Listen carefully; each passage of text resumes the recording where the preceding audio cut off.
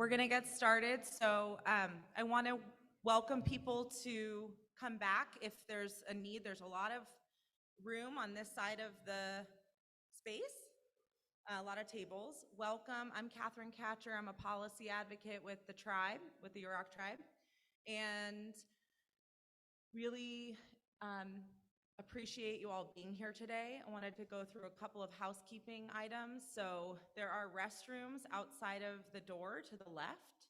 There is pastries and coffee and tea service in the back, along with water. We have amazing vendors here today, so please be sure to visit them on breaks. And then our community mural, our MMIP mural, which was the inspiration for our agenda and other imagery, which was painted by youth and Yurok community members. So definitely take the opportunity to walk around and get to know folks. So quiet quickly, thank you. Without further ado, we're going to have our chairman, Joe James, and vice chair, Frankie Myers, come up and do an official welcome.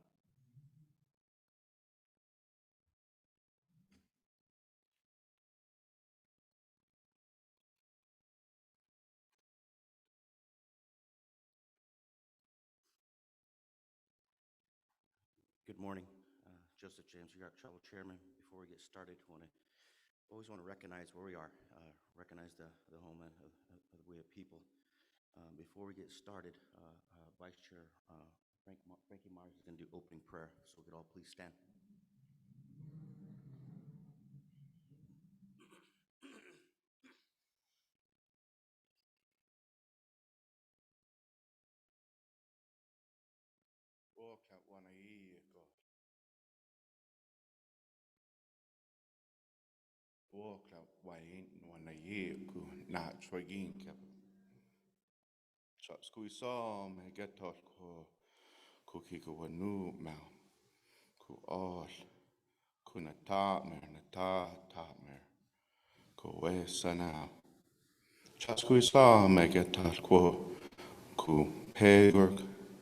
Wayne Chucks, Hooksa, Chekini Hooksa. Creator, I pray that you watch over us. You give us strength as we have our conversation today, that you continue to guide us and lead us, that you bring healing to those who need healing today, that you bring strength for those to speak. I pray that you watch over us, you protect us, and you give us room today, Creator, to have conversations, to bring balance back to this world again, back to us as individuals, back to our villages, back to our territories, back to our people.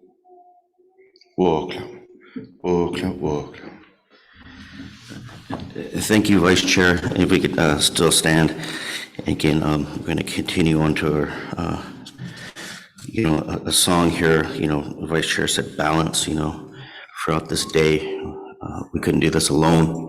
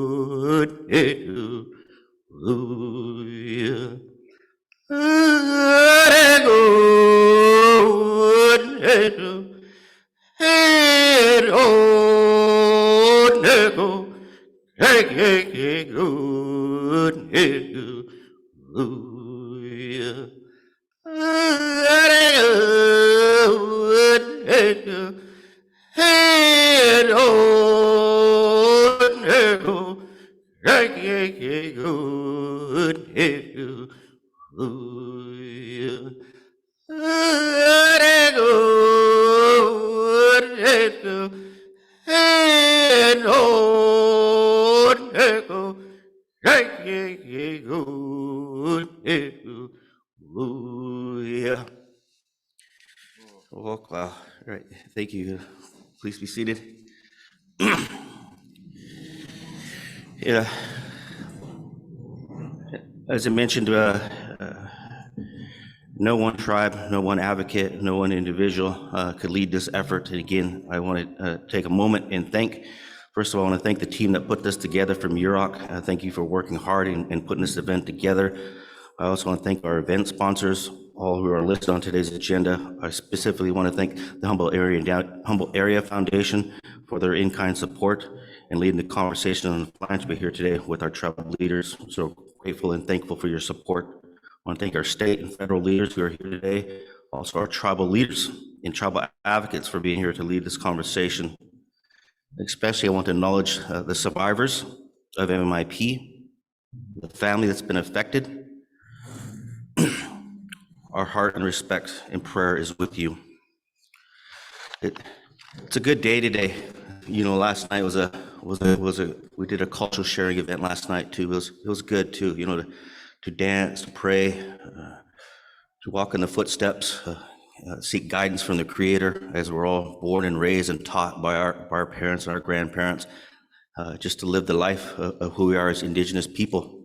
And so I just wanted to highlight, I'm still riding on that high from last night. But again, that's what we do every day, though. But again, it was good to share. It was good to eat with everybody last night. And so what we want to get out of this summit here today, and again, we're looking to, as I always said, is awareness is great and it's needed, and we're going to continue to do that. But at the same time, action is needed now. And some of the things that we have been looking at is legislation.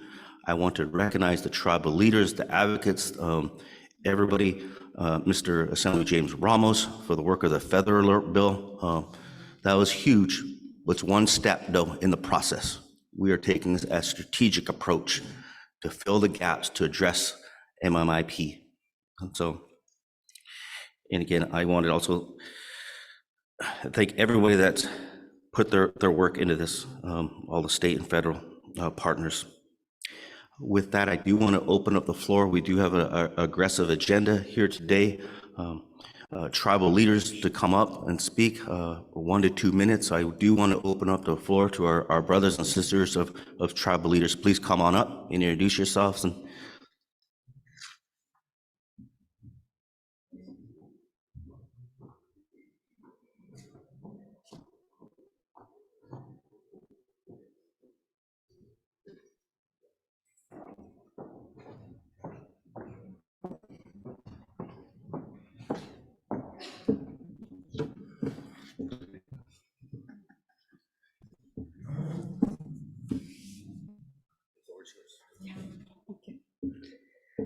Good morning, everybody. Thank you for coming here. Miom Natom Norma Contreras. I'm the tribal chairwoman for the La Jolla Band of Luiseño Indians. Today I come with my ancestors that I carry with me, and then also the lost loved ones of my ancestors because of MMIW. And so I come with a heavy heart today. And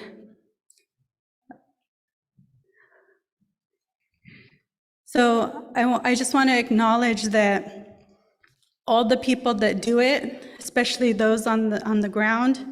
I know Keely from Strong Hearted Native Women's Coalition has been a strong advocate with her and her staff and making sure that all the stuff that's getting done for our women, our men, our children, and our elders that are lost, that there's action being taken, and I want to acknowledge them. They've done a lot of work, and among the other organizations and coalitions and staff, I think we always look at the leaders, but we also need to look at the people who are doing the groundwork, and we want to thank you for that.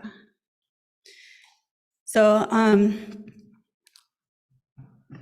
my family member, I was on tribal council as a treasurer during that time, and 3 years ago we found one of my family members' body on the reservation. It was a very difficult time being a tribal leader, also a family member, and trying to be strong for your tribe, your family, but also grieve at the same time. So this is a very, very sensitive thing for me, and I want to make sure that we do take action. And we know that there's a lot of acts that have been passed, but now those acts need to be implemented. And so for that, like the Savannah Act, we have the Savannah Act that has that the DOJ make sure they do training and databases for the law enforcement, tribal law enforcement, but we also need funding for that to be done. So they need to implement the funding process as well. So there's a lot of action that we need to take, and this is the beginning, and I'm glad these acts are being passed. The next step is to start implementing them, and that's what we're here today to hear our voices and to make sure that all the actions that need to be done are being taken care of. So thank you for your time. Appreciate being here. I'm honored to be here, and Shinlavik. Thank you.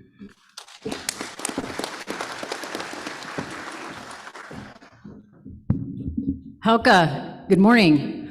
My name is Erica Pinto. I'm the chairwoman for the Hamul Indian Village of California. I come from very far south. I'm the farthest south reservation in California, and Yurok is the most northern. I want to send my gratitude and my appreciation to the Yurok people for allowing me to be here on your lands. It's gorgeous. In our territory, it's pretty dry and brown a little bit, but this is beautiful up here, and I really appreciate the dinner. I look forward to the discussion today, the most important discussion, the people who have the boots on the ground. Keeley, my people over here from the South, I want to acknowledge them and all the work that they do, as well as the tribal leaders in this room, people who are the front liners of this pandemic, this epidemic. Thank you for allowing me to be here, and I look forward to the discussion.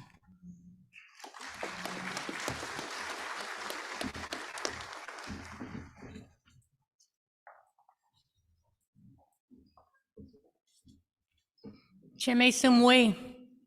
Greetings. My name is Agnes Gonzalez, and I'm the Pit River Tribal Chairwoman, and I'm happy to be here, and I'm here to learn. I'm very receptive. My tribe is receptive, and I'm here to say that our lives matter, all of our lives. Don't let us be forgotten from the past to the future. I have family members that were murdered when I was a young girl, and nothing was done.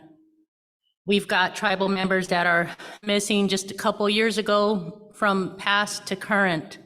Don't forget us. We're stronger together. Our voices need to be heard, and we'll continue to speak. We'll never stop speaking. Our lives matter. And I hope that we all, stay strong together, and I know we will. So thank you for the invite. Thank you.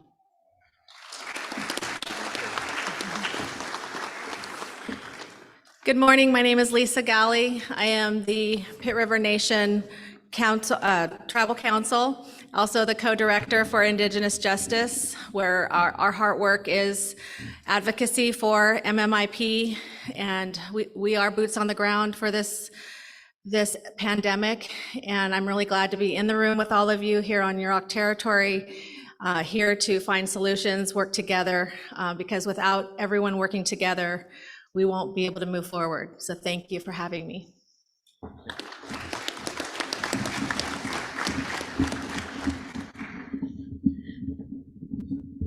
For shorties. Mahit Yav. My name is Kristen King. I'm a council member for the Yurok Tribe, Orleans representative. And it's so nice to see all these people fighting for one thing that we definitely need in our territories. Yurok Tribe.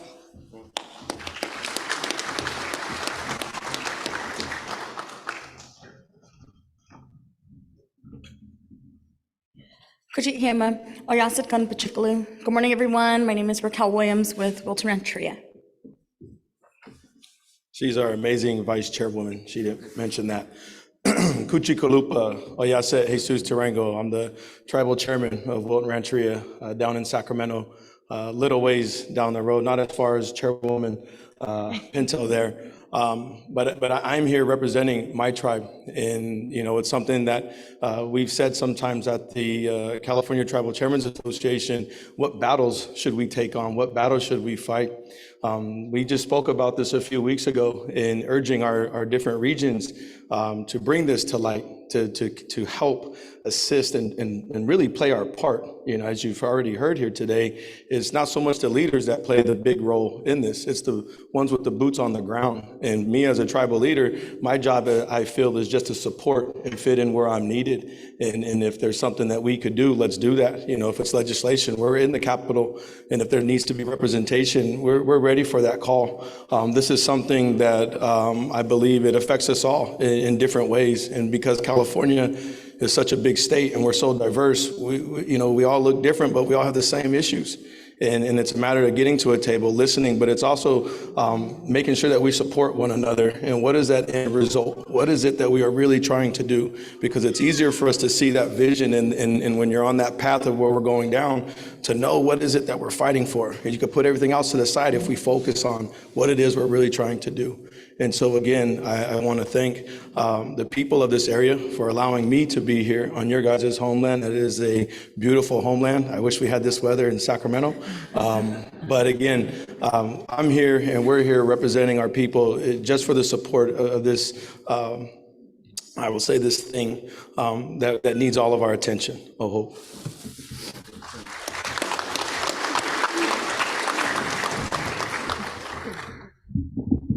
All right, you can hear me, right? Seems like pointing at my belly button. Anyway, Hen Maya Iwa, Toshishima, Antharino County Franklin Chairman, Kashaya Pomo Tribe. And I probably have a different perspective than what you're gonna hear. I wanna hear things. I'm here for a reason because my brother asked me to show up. PL 280 is not working. And if you don't know what that is, then you're probably in the wrong room. So I want to know, and I'm here because we've got feds and state people. I want to know why PL 280, why Public Law 280 is not supporting tribes, why it is not solving the missing and murdered Indigenous persons epidemic that is hitting all of us. If you're a tribal leader and you don't know somebody that has gone missing or somebody who's been murdered and just completely unsolved, then, come talk to us, because a bunch of us here are going through that. I had a member killed 2 years ago. We still don't know who killed her. And honestly, the state could give a you-know-what less.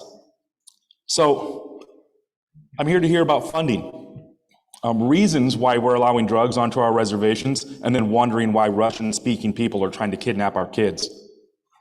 What are we doing about it? This is all the stuff that I'm here for as a tribal leader. We have the same, issue on my res with people who are doing drugs and prostituting young women out, our tribal members.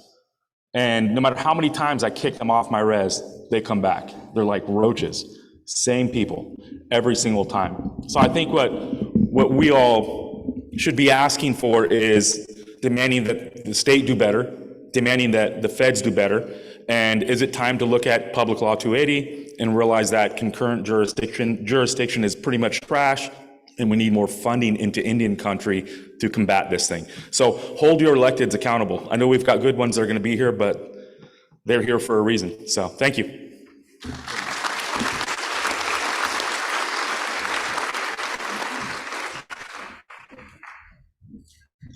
Good morning. My name is June Nature. I'm with Tohono Indian Tribe. I'm vice chairwoman.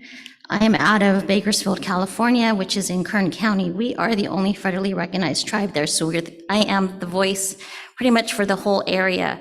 We have a lot of Indian tribes that are not federally recognized. They are on state allotments, so they don't get the exposure as needed.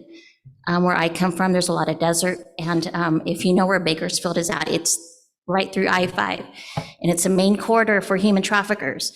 I sit on the Alliance for Family Violence and Human Trafficking policy writing program in Bakersfield. So I have a lot of law enforcement right now that is very excited for me to be here so that I can take back what the state is going to do to help them fight this cause. So thank you again for inviting us, and I look forward to learning something here and taking it back home.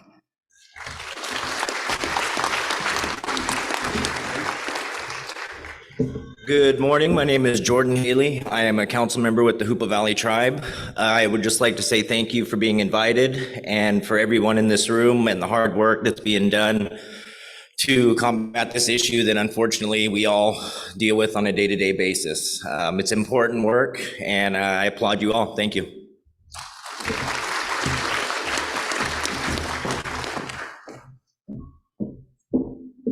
Hey, my name is Darcy Miller.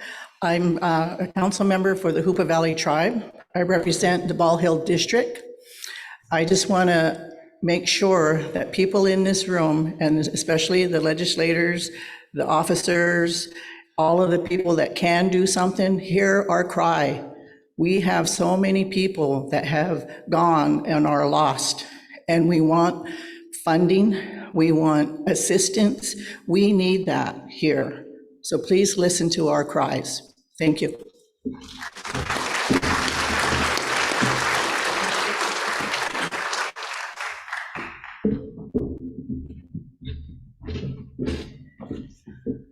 Good morning and welcome. My name is Lori Hodge. I'm on the Yurok Tribal Council representing the East District. And I just wanted to take this opportunity to thank everyone for being here. I mean, this is an awesome gathering for a topic that has been for so many years heavy on our hearts. And finally, we feel like we're really doing something about it. And I'm just so grateful for you all being here. Thank you.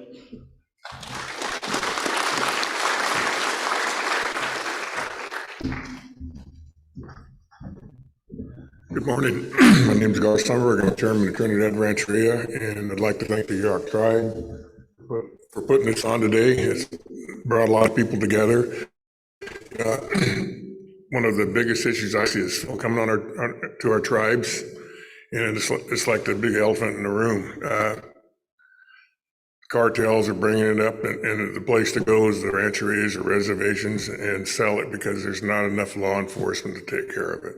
And I would like to see more funding for our tribes and other tribes to get money for law enforcement and get more patrols from the sheriff's department. And just here to listen today and see what I can take back to my tribe. So thank you very much.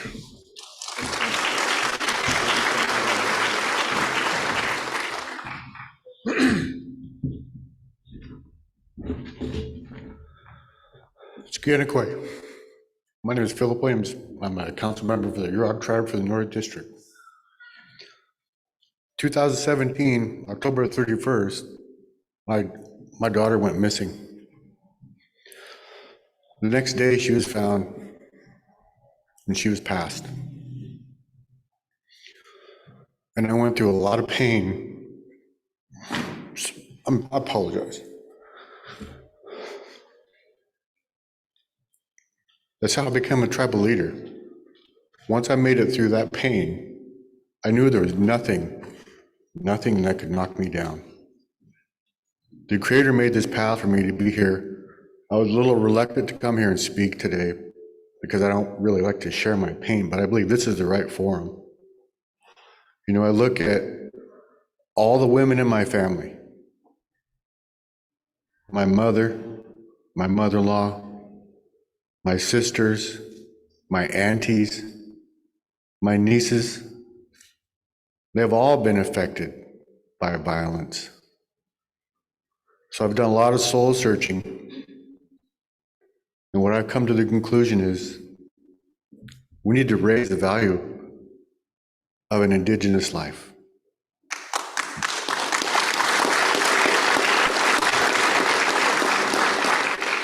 Since I became a government official, I ran into the same issues we face with federal, state governments. They always say we don't have the capacity, we're not smart enough, or we'll be doing something underhanded. Can't use that against us no more. We're not there. We have the capacity. We've grown. It's time for us to be recognized. Give us what we need to protect our families, our women, and our children. Wakla.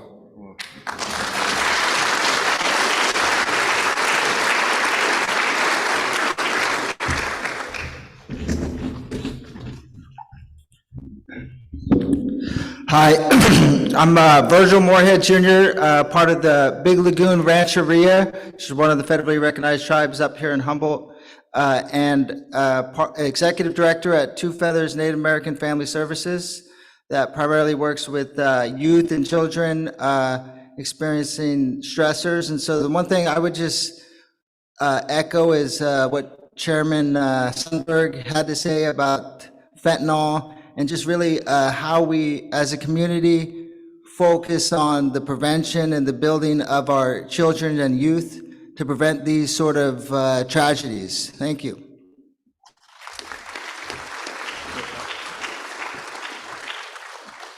With that, we'll get started on our first panel. Before they begin, I want to echo, thank all our advocates that's been in the trenches for years. Chairman Franklin, absolutely. Today is about getting down today. Today is not about sharing coffee.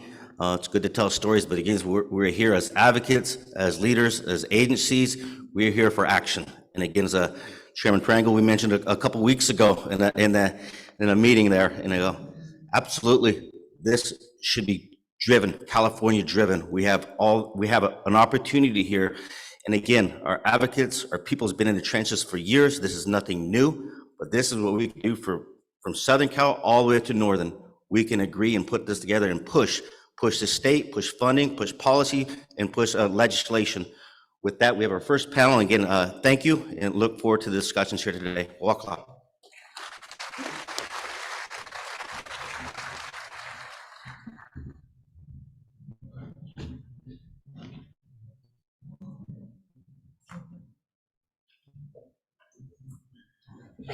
Want to invite all of our panelists to come on up. Thank you.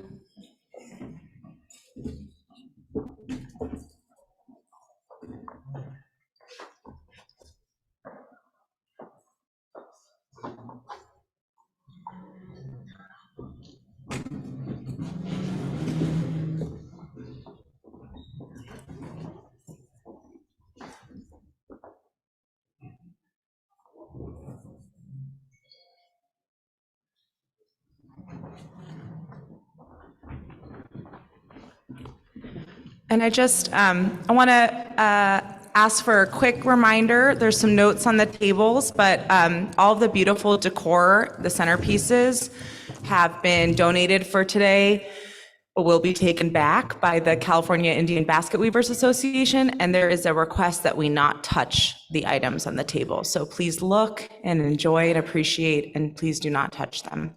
Thank you so much. Okay, let's get started. Ayukui, Spianakoi, now Jessica Carter. I'm the Tribal Court Director for the Yurok Tribe. I'm thankful that everyone is here to join us on this important day for the first ever MMIP Policy Summit. This panel is called MMIP and Systems Change, Root Causes, Contributing Factors, and How to Address the Crisis. The panelists will discuss not only the root causes of MMIP as well as contributing factors. We will also discuss at both the federal and state level policies and practices that have harmed our Native women, our men, our people and children, and the way those harms persist today.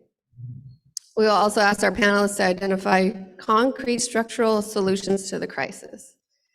I want to introduce our esteemed panel, Chief Judge Abby Abinanti of the Yurok Tribe, Mary Lopez Kiefer, Director of the Office of Native American Affairs at the California Department of Justice, Office of the Attorney General, Chelsea Cook, the Admin Assistant for the Office of the Yurok Tribal Prosecutor, Keely Linton, Executive Director of Strong-Hearted Native Women's Coalition, and Blythe George, Assistant Professor of Sociology at the University of California, Merced, and researcher with the California Department of Justice's Research Center. To read their full bios, please look in your agendas. It might take a while if I had to write them. A few logistics about our panel before we get started. This panel is an hour and a half. I will moderate the panel with questions prepared beforehand, and then at the end, we will open up for audience questions and answers. Judge Abby, you're up first. We are here today to talk about policies that are needed to shift, change, and needed to be created to keep tribal people safe and to end the MMIP crisis. A big part of policy work is addressing root causes. What do you think are some root causes and contributing factors of the MMIP crisis of today that need to be addressed? Well, the tribal leaders that spoke pretty much laid it out for all of us. I think the fentanyl is a horrible problem. And when you're talking about murdered and missing, that's a symptom, it's not a cause. And it comes from what's happening in our homelands and what's happened to our people. And I think Public Law 280 was misguided. It really punished the state and the tribes, because a lot of jurisdiction was given over to a very huge state and no financial ability to exercise that jurisdiction. And we're all sort of at the mercy of that now. And one of the things that our leaders said was that we're now stronger and we can step up. And that's what we want to do. We want to take responsibility. We want our symptoms to go away. And we want our systems to be stronger and to be able to follow these things and to do the prevention work that's necessary. We want to partner with our justice partners, and we want to take the lead, because actually I think we'll get more results, better results if we do. And that's going to take a lot of funding and a lot of rearranging and a lot of reasserting with our justice systems and with our protectors, meaning our Yurok Police Department and all the departments that are on reservations or who serve reservations. And that's what we want to do, and I think that needs to be done. And the systems work, the alert work that is being done, and some of the considerations that we're going to be introducing at the state level and the federal level are going to require massive legal changes. And we're going to have to support that and move that forward together. And also, all those young people who I've been sort of abusing into, why don't you get your doctorate now? Why don't you go to school now? This is why we need to. We need you. We desperately need you to step up and take charge of these situations, because you have the background and we need this extra bit of schooling from you and the effort that you can provide, because you're the leaders and we need you to do that. And I believe you can, because you're the ones who won't quit. You know, we won't quit either, but it's pretty obvious that, I'm not gonna say I've totally aged out, but I'm not as strong as I once was. And you guys are stronger, smarter, and we need these things done. And when we say we need to get rid of 280 or we need to become equal partners, we mean that. And you're the ones who are going to do the work. You know, it isn't us saying, okay, this is what's going to happen. You know, it's you that are going to do it, and we need you to do it. And it's a good thing to do. And one of the things I've been saying more and more is that, you know, we survived a horrible invasion with horrible behavior, and that was then and this is now. And the people who came here don't know how to act here. They've pretty much brought ruin to us in a couple of 100 years, when for thousands of years we didn't do the damage they've done. And so we need to go back out and help them and share with them our ways, because we do know how to behave here. And it's important that we take the lead to do this, you know, not just run around like people acting crazy. We have to do what we know needs to be done in our ways and with our attention to detail. Thank you.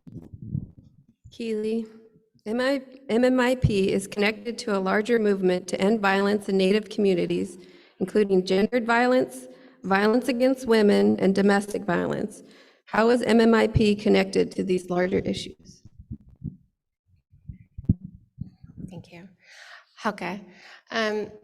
So nationally, just to give you a little bit of background on the missing and murdered movement that has happened. So those of us who've been working in domestic violence and sexual assault for years, this is just a continuum of that violence, and it's nothing new to tribal communities. It started really under the violence against women movement in tribal communities. We looked at it as a piece of violence against women, as part of many of the victims that we see are a result of sexual assault, trafficking, domestic violence. It started to become a larger movement out of Canada as well. And so the term missing and murdered developed out of Canada, and of course it swept across our country as well. And it became a larger, MMIW then became kind of known nationally as some of the non-Native groups kind of tagged on to that. And there was a stronger push then from our non-Native allies to assist us nationally in some of the legislation movements as well. And so that it has been added now to under the Violence Against Women Act. So through that funding sources, you can now serve and work and provide services to family members and extended people in addition to victims under the Violence Against Women Act. And when we say violence against women too, I do want to note that that doesn't mean that we're leaving out male victims or Two-Spirit LGBTQ communities. The Violence Against Women Act went into place when we looked at violence against tribal communities, and there was obvious, with all the research and all the information that's out there, tribal communities have the highest rates of violence against our community, but our women particularly had even higher rates. And so that was why there was a stronger push on the issues on violence against women. There are services, and male victims and Two-Spirit LGBT communities are included under that act and that funding. But that is the reason why we hear violence against women or MMIW more profoundly. And then that has changed, whether you use the term MMIP or MMIW, it's really talking about this. And we do find that a lot of our male population is also being missing. And obviously there's a lot of old cases related to our male population as well. And so it's become a little bit more inclusive in that language. So I just wanted to kind of mention that because a lot of people tend to get confused about, the terms or why, some people say MMIW and why some people say MMIP. So just to clarify some of that. But nationally, so the movement nationally has really been a look at what are those issues. And when it comes to missing and murdered, it comes down to jurisdiction. It comes down to our larger issues are the jurisdiction and the lack of funding to tribes for law enforcement, especially in Public Law 280 states. So the push was, Savannah's Act is a push to really work on the jurisdiction or issue from the top down. So the idea was to really push the Department of Justice to enforce the issues for law enforcement as a whole across the country, not just tribal law enforcement. And then the second push is to properly fund tribes to provide law enforcement. And then in the state of California, what I find personally, and just to make a note, because every year under the Violence Against Women Act, we have tribal consultation. And that's where the government is required to sit down with tribal governments and talk about these issues. And that is that's written into the law, and that's part of their responsibility in addition to, the government's additional trust responsibilities. But what I do find is there is a lack of California representation. And it's not necessarily because we don't want to be there, it's because we don't have the funding or finances from a lot of our smaller tribes to be at the table. And so that's a concern. A lot of our tribes are also not part of NCAI, where a lot of policy pushes come from the National Congress of American Indians. And so it's really good to be here today to see us try to be united in California to talk about these issues, because our voice needs to be a lot stronger. When Public Law 280 came about, there was a lack of not only funding, but there was a pullback from federal law enforcement as well. So they don't fund the BIA to be in our state to service tribes. They're not funding the FBI to be in our state to service tribes. So not only are they not providing funding to the tribes, they're not even providing the federal law enforcement to be available as well. And so that all becomes part of those jurisdictional issues that is being discussed nationally, but oftentimes our Public Law 280 voice is being left out of that as well, and particularly here in California when we have so many tribes. So that's just a kind of quick overview of what the national view is at this time. So. Thank you. Dr. George, you conducted research on MMIP for 3 years in partnership with the Yurok Tribe's Takiskuhi Sanewochek. I will see you again in a good way project. You are now working with the California Department of Justice to research this issue. Social policy is so dependent on having strong data to make the case that these issues need attention, yet there seems to be very bad data on MMIP cases. Why is that, and how have you tried to get around some of these data challenges to tell the story of MMIP in California? Skoyanakoi, everybody. Thank you so much for coming out. I think anytime we get a chance to kind of think on these questions in a deep way is so important. And that's often where it starts. I often say, like, you don't know what you don't know. And we can't hope to intervene in this crisis if we don't know where to start.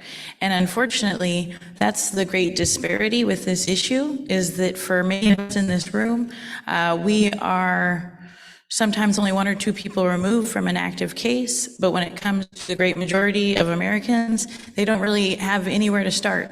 They don't understand the problem, and getting that data is such an important part of that. Right now, as the data stands, we have to take it all with a grain of salt. I always think this is a really dark example, but when you want to know why the data isn't where it needs to be, there's lots of reasons. Racial misclassification being a big one. If someone goes missing, or if we're in the city, if I went missing from Merced, someone up here might know because my last name's George, or they might know my family, that something like that, they would know I was tribal. But being a white passing native anywhere else, I would be listed as I would not be native. That number would not be included. If you extrapolate that across the state, you can see that our relatives aren't counted. And even when they are counted, the numbers are hard for us to get a hold of. Oftentimes, our law enforcement partners are responsible for keeping the numbers and the records, but they are still working with us to have access to those as tribes, to be able to have latitude and use that data for our own purposes. So in many cases, it's kind of a multi-sided obstacle course where very many people want to be doing better, and we just don't know where to start. And so we, in our 3-year project, did that hard work of trying to get a handle on what it looks like in Northern California, with an emphasis on Yurok country in particular. And it was startling, because even as our data could be better, we're always growing, we saw some alarming trends where a great majority of cases in the state are clustering not only north of the Bay, but in the far northern part of California. And so that means that many of the people in this room are personally responsible for a great majority of the cases in the state. And they need better data and better resources to be able to address these problems. But often you can't have one without the other. And right, so where do you start? And I'm happy to say Yurok has stepped up and started that process. And we have some really important partners with the county that is joining us in walking in a good way, because we can't do this alone. We need our joint jurisdictions to do this heavy lifting with us. And a lot of it starts with data sharing. So if you don't already have discussions in place with your local jurisdictions that include some kind of component of data sharing, please add that to your list. And if you have questions, don't hesitate to be in touch. It's a lot of big words, and I'm the only data geek who really likes it. But if you need help, I would gladly help you with that kind of stuff. But please also check out our reports, because it's a good first step on what this data can look like with the right effort. Thank you. Chelsea. Your family has been impacted by the MMIP crisis, as so many of our tribal families have. It is important that whenever we are talking about these issues, we ground them in personal experiences of the advocates, women, and people in our community. Can you share more about your family's story? Ayuki. Lillian Lincoln, her family name is Honey Babe, was born May 5th, 1963. She was born to Shirley Lincoln and Norman Goodwin. She was raised by her mother and Emmett Lincoln. She was a beloved sister of 9 siblings and a loving mother to 5 children, Rayleigh, Shirley, Joshua, Emmilee, and Jared Lincoln. Babe was diagnosed with multiple sclerosis. MS is a disease that causes nerve damage, causing a miscommunication between the body and the brain. Her MS progressed, leading to substance abuse and contributing to her staying in an abusive relationship. Weeks before her death, the Bennett family received a phone call from a man stating, "Lillian and her husband will be hanging from the Orleans Bridge next week if you don't get them to leave the teens alone from using drugs." The next day, her aunt, Tina Bennett, went to Babe's apartment looking into what was going on there. While she was there, she witnessed that the conditions were worse than what she had been told. Babe's MS was so advanced that she needed a wheelchair at all times. She had little to no movement in her head. Her hair was so heavy and her neck was so weak that her head would be stuck back in her wheelchair. She had little to no movement in her arms and legs. The people that had been living there and her significant other would puree food such as chicken and chicken stock together and feed it to her, and sometimes causing her to choke. Tina cleared out all the people, including adults and teenagers, and proceeded to clean their apartment of drugs and restocked their kitchen with foods that were appropriate for Babe and the other children. 2 days before Babe's death, she called her mother stating that she had witnessed an adult sexually abuse a child. Babe had intentions of informing the authorities of this action she witnessed. 2 days later, in 1997, Babe was found in the bathroom of her home. She was completely undressed in the tub. Her wheelchair was nowhere near her, and she was found in a pool of water and blood. The coroner, that had no medical background, determined her death was an accident by complications of MS.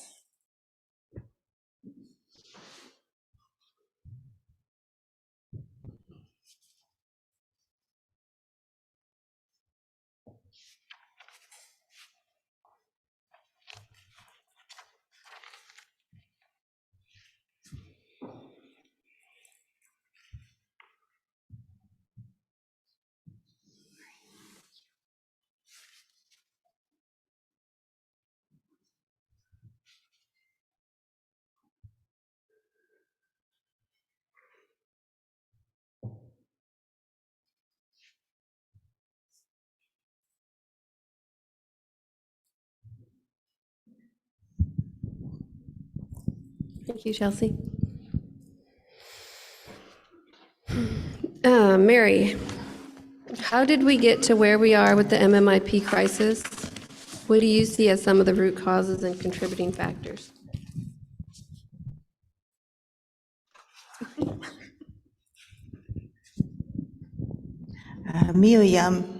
Hello, everyone. My name is Mary Lopez Kiefer. I am Bayam Gawichum. I'm Luiseño. I'm a member of the San Luis Rey Band of Mission Indians down in Southern California, northern San Diego County, Camp Pendleton. And I serve the Attorney General, Rob Monta. I am his legal and policy advisor on tribal affairs, and I am the director of the Office of Native American Affairs at California Department of Justice. Before I came to this office, I served my tribe as their chief legal counsel, fighting for sacred sites, ceremonial areas, burial grounds. Our culture is the living culture. Before that, I was an assistant district attorney for the city and county of San Francisco, where I primarily prosecuted crimes of domestic violence. Trying to identify what the contributing factors are to MMIP is exactly what the Department of Justice is going to be doing. We're trying to identify what is happening. What are the barriers? And that's all coming about through Assemblymember Ramos's legislation that was signed in 2000 by Governor Newsom, known as Assembly Bill 3099. I'm not going to use the title because Chairman James, when I first met him, said he didn't like it, and I didn't disagree. So I'm just going to call it AB 3099. That is a program that's going to be implemented through my Office of Native American Affairs, and it's a multidisciplined approach. So we'll have law enforcement from our Division of Law Enforcement, because to Chairman Reno Franklin's statement, Assemblymember Ramos had the same experience with Public Law 280 as our first California Native American legislature. Sorry about that. So the first part of that law is to address Public Law 280, and its inconsistent implementation throughout our state. There's 34 counties that serve tribal governments, and it is not consistently applied our California criminal laws. So the Department of Justice is to provide technical assistance, not only to those local law enforcement agencies, but also for tribes, if they would like that type of assistance from the Department of Justice. So that goes to investigating crimes, to crime reporting, statistics. That is what the Department of Justice is working on developing. The other part of AB 3099 is specifically geared towards missing murdered Native American persons, but I'll just call that MMIP. These are the bill. This is the language we get to play with. Under that portion of the bill is we are mandated to do a study and a report to the legislature, and that report is due in 2025. And as was just casually mentioned, because we hadn't officially announced it yet, but that research team, the MMIP research team, has now been put in place. Very excited about it. It will be Native-led by our very own Dr. Blythe George. So that is great news to me as a Native woman, that the research will be led by a Native woman. And she will be supported by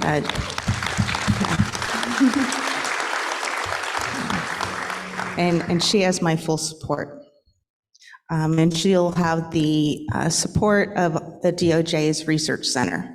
I don't know if anybody knows that. We have our own research center, a bunch of PhDs. Never knew. And we are very aware of what else is happening around the nation. The other states who have put out reports and research, but more importantly, I've been able to, as the representative of the AG's office, been able to work alongside Jessica Carter, Judge Abby, Keely Linton. It's the boots on the ground. That's what you guys keep bringing up, and that's exactly what we've been doing.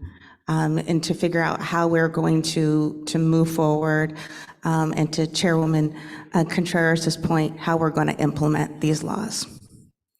So I can't say to you right now what the contributing factors are and how we're going to address it, because that's what we're trying to find out through the work of AB 3099. But I can tell you this. Public safety is all about partnerships. And Attorney General Bonta is committed to facilitating and fostering this path of partnerships, and he sees the tribes as justice partners, just as we see our local law enforcement as justice partners. We can't do this without one another. It's going to require us all walking the same path. So thank you for inviting me. I'm just like you, I'm taking notes as everyone's talking, because it's important that I be able to take this back to the Attorney General. So thank you again, and no Shonlovik, which is my heart is good, and I come to you with a good heart. Thank you. Dr. George, we know that personal is professional and professional is personal for so many in our tribal communities. What are some of the policy recommendations that have developed from the research with the Yurok Tribe, and how do you feel personal to the experiences you have witnessed and lived through? A two-part question. Those are my favorite. I think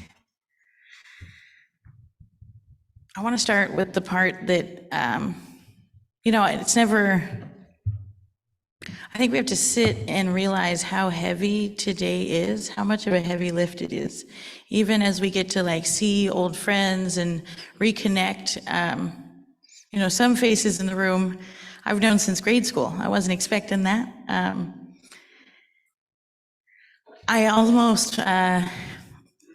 It's hard to see those faces because it is personal. We are used to seeing each other in different ways, and so to be here in this room for this issue makes it quite real how much it touches all of us. I feel my heart racing right now, and that's always, I don't normally get nervous public speaking. To me, that's when you can feel something in this room that's powerful. And I think that with this issue, you have to realize that some days are going to be so hard, you don't want to come to work because it's going to be the day you get a call and you know the person. That's inevitable with this issue. And all we can hope is that when that call comes, we have what we need in place so that their family gets what they need. There's not time wasted when precious minutes are going by. You don't want a family twisting in the wind because that person at the other end of the line doesn't know what to do. And we learned firsthand over the last year even what that looks like in our own backyard. We could not do things fast enough. We thought we were gonna get our policies and procedures out there. We were gonna be able to intervene. Last October, we got a call that Emmilee Risling had gone missing. I say her name with deep respect and gratitude for her family for being willing to be here and to share her story with us. She was the year ahead of me in high school and was a young woman I looked up to my whole life. I followed her away to college, came back home, and when I came back to be doctor, she was my right hand. I would not have become doctor if she hadn't opened so many doors for me. I even had this thought that if things hadn't happened how they did, Emmilee would be in a room like this, because that's the kind of person she was. And I think that we have to realize how heavy this work is, even on the good days, when we sit here together and we can see tangible next steps together. So please take care of yourselves after today, hug each other hard, and realize that, I think tears are a necessary part of this work, but that it doesn't just stop there, right? As we bring the data, as we bring the stories and this personal component, it's time to do something. There's many mechanisms and tangible kind of points of intervention that I think a lot of people think are already happening, but they aren't.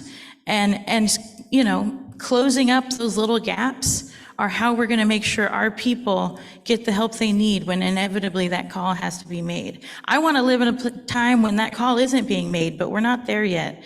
And I also have to realize that it took several generations to get to this point. And so I have to work towards solutions that may very well take that long as well. But, you know, as a Native woman, I tell my students, I know that I'm just as likely to die from homicide as I am from heart disease or diabetes or any of the other leading causes of death, because that's the reality for Native women. We have to keep ourselves safe while at the same time we do this heavy work. And so take care of each other and think of how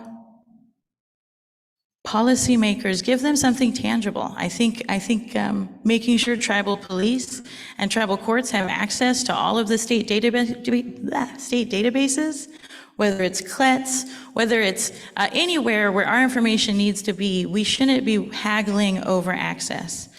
We also need to find a way to better support tribal police across the board through resources, through dedicated support, so that they have both the unique knowledge and the resources to intervene in these cases in our home communities. Because we know firsthand that those connections are so important.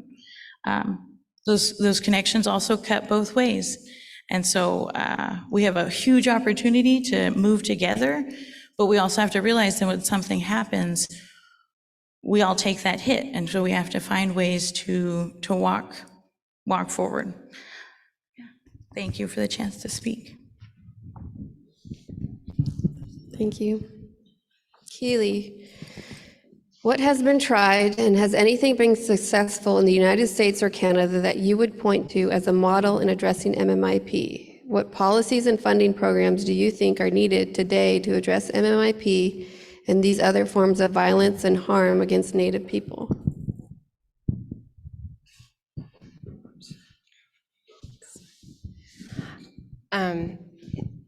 So I thought about this question because it was asking about what policies are really in place.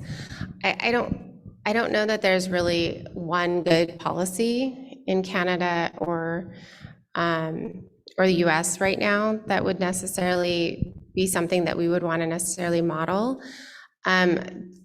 California is so unique, and how our jurisdiction works, and because of Public Law 280. And our dynamic, our reservation dynamic is very different because we have, small land-based tribes, and there's a lot of us, and many of us cross multiple state or county lines. Some of us are crossing state lines. We're also a border state, and we're so large. California is, such a large state. I really think when we talk about policy and what changes need to be made, it really comes down to our ability as tribes to be able to restore jurisdiction over non-Native people. And being able to have the capacity and funding to provide our own law enforcement and investigations. And I know that is a hard push for the feds and for the state to support and fund us, but that's really what needs to happen. And even for those tribes, those of us who don't have law enforcement, I'm from Mesa Grande, and we're a really small tribe and up in the mountains in San Diego County. If we were to take away Public Law 280 tomorrow, I don't know that that would help my tribe out because we don't have the law enforcement in place. We're part of the intertribal court system, but we're still struggling with code development and having the capacity to provide for that. And when I see cases that come in on murdered and missing, the trouble is our sheriff's department is the ones that get to decide if this is an urgent matter, if this needs to be, immediately reported, or whether this is going to be a murder case or if this is going to be an overdose case. And there is no recourse for our tribes our council members to be able to, argue against that, or our tribal law enforcement is not included in investigations. There's no joint task force that I see that happens. And so at the end of the day, what is DOJ, the state DOJ and the US DOJ doing to support that, to support those jurisdiction issues, especially when our tribal members are, we had a case that involved Riverside County and San Diego County. And those two agencies, the sheriff's departments, were talking to each other, but there was no discussion with the tribes in those states or in those counties.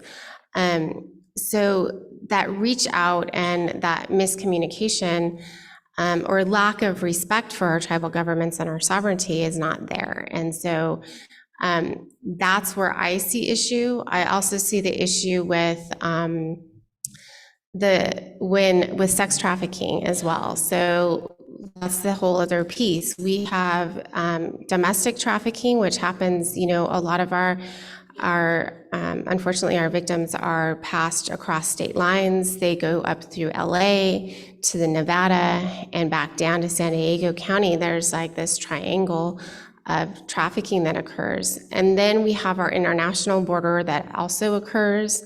And where is that collaboration with not only the counties and the state, but also, Border Patrol and on the federal level as well. So when we talk about policy, that really is what we need to look at, is how is our ability as tribes being supported and our capacity being built for us to be able to implement. We can't, if the feds aren't doing it and the state's not doing it and they're still not supporting tribes. So that legislation needs to happen, at the national level and the state level, and that's a big issue. The other legislation issues I think we need to look at is not just the data collection, but also how that data is being supported. Nationally, there was a big push for tribes to use the NamUs system, which is the National Missing and Murdered System. Well, talking with our local sheriff's department, the state of California doesn't use NamUs. They're not required to use NamUs. They use their own missing and unidentified system. So how is that being coordinated? And that information, if nationally they're going to push tribes to use NamUs, why are they not pushing the other law enforcement agencies also to use those national systems?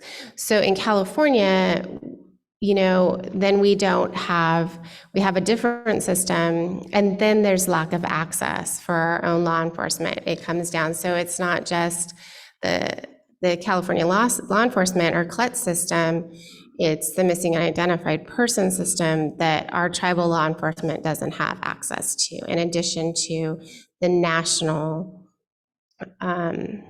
databases as well. So those are all legislatively, I think, things that we need to look at as how those processes are being pushed. But if they're pushing tribes, they also need to push those local jurisdictions as well.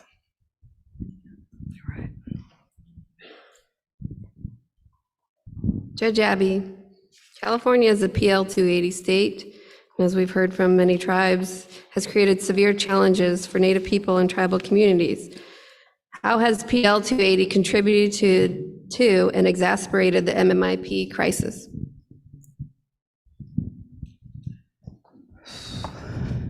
So many ways. It's hard to pinpoint it. I think all of us in this room realize that was a huge mistake. And it's just a matter of how are we going to move beyond it, or how are we going to live with it, and what does concurrent mean? Because if you have a system that's concurrent and you don't build it up, it's not concurrent. It just exists somewhere out there. And for us, all the issues that you've heard about, all of the failure to coordinate, all of those things are because we don't have a voice at the table. No, it's meaningless to say use a NAMA system if the whole state doesn't use it. I mean, and it's a huge state. So if they allow all these systems to wander around in the dark, as it were, then we're in the dark, even more in the dark. And that's exactly what's happening. And you can take that from all the way up from the investigation to we didn't fund you to have enough people to patrol that area, to how do you do restraining orders if nobody shows up? How do you enforce restraining orders? How do you get access to put your restraining orders into the system? You know, those are all issues that are going to need legislative fixes. And that's all about Public Law 280 and what happened both to California and to the tribes.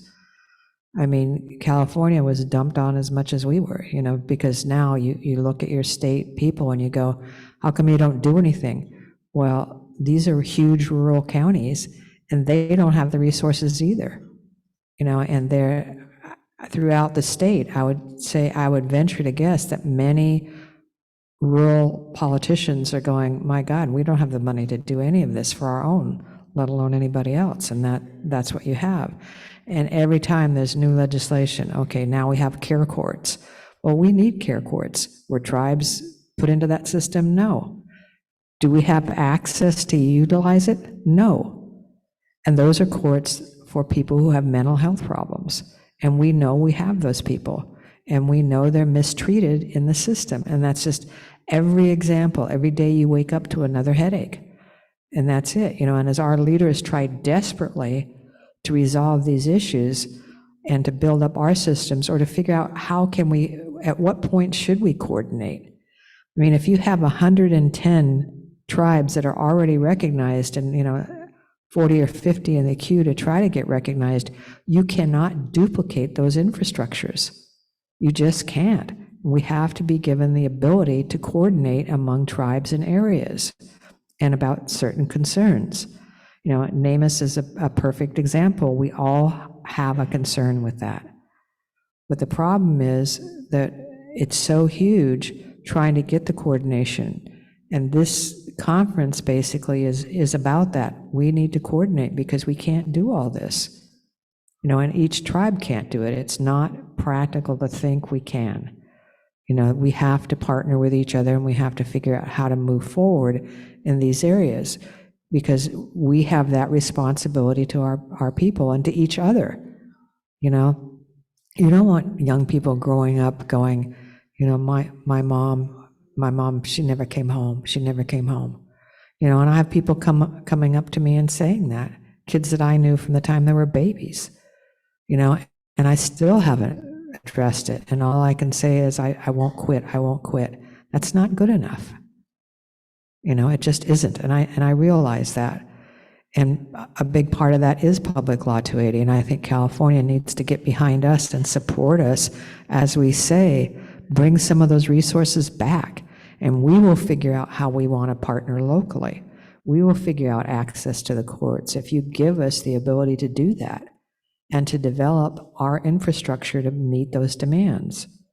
But without that, it's really, really hard. You know, and to say, do we want this or that back in? Some of the tribes are ready to move forward and build an infrastructure. And frankly, they ought to be encouraged to do that and to offer assistance in their area so that we can do that. And assistance to get into the data systems. One of the things that's totally and completely aggravating about the entire country is you have all these alert systems, the alert systems for Amber Alert, the alert system for this, for that. Is there any alert system or any notification when a foster child goes missing? None. Anywhere. Oh, I guess they're just roadkill. So you don't even know. They don't call up the chairman and say, I'm sorry, Mr. Chairman, but you know, 4 of your kids didn't come home. They don't tell anybody. Nobody knows it till so long after. You know, and we're the grown-ups for crying out loud. You know, we have to do something. That's not right for any child who's been taken and put into a system. That is not okay, bottom line. You know, and those are the issues that we're going to have to look at. When you devise these systems, and then, I mean, who has the majority of kids? What's the disproportionality for our tribes and our kids that are in that system? And so that fix isn't just about us. It's about all of those kids that are in that system. That is not right. That nobody cares that they didn't come home last night. And nobody knows. Because the people who care don't know. And that's like the perfect illustration of that fact, which is a fact across the board in many of these areas. We have to commit ourselves to fixing that, not just for our own tribes, but period. We were not raised to say children are disposable, period. It wasn't about our children or somebody else's children. It was about children. You do not act like that. And everybody knows that, except we're not able to do anything about it. And we have to step up. And that's what I meant earlier when I said we have to help these people figure out how to behave here. Because that is not how you behave. It was never how we behaved.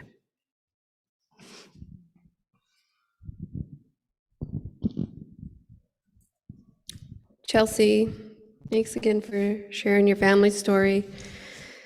With your aunt's story, what were some of the issues that came up in her case? How are those issues connected to some of the systems that need to be changed at the higher level? When my aunt passed, I was 3 years old. So I had no memories with my aunt. So everything that I have was done by research. I have her death records, the investigation that was done. And one of the things that shocked me with the investigation was the lack of an investigation that was done. So changing the policy to conduct a thorough investigation, no matter a person's race, medical background, substance abuse issues, work, or sexuality, is one thing that we need to change. While researching, the other thing that shocked me is towards the end of my aunt's story, you heard me say that the coroner who closed her case had no medical background. Throughout the United States, 70% of the US has coroners that are voted on to the board to conduct investigations. Out of that 70%, 11% of coroners are physicians. Including that 11%, only 28% have a medical background. So changing the policy from coroners being voted on to the position into something that they need a medical professional background and they meet all the requirements is something that we need to change.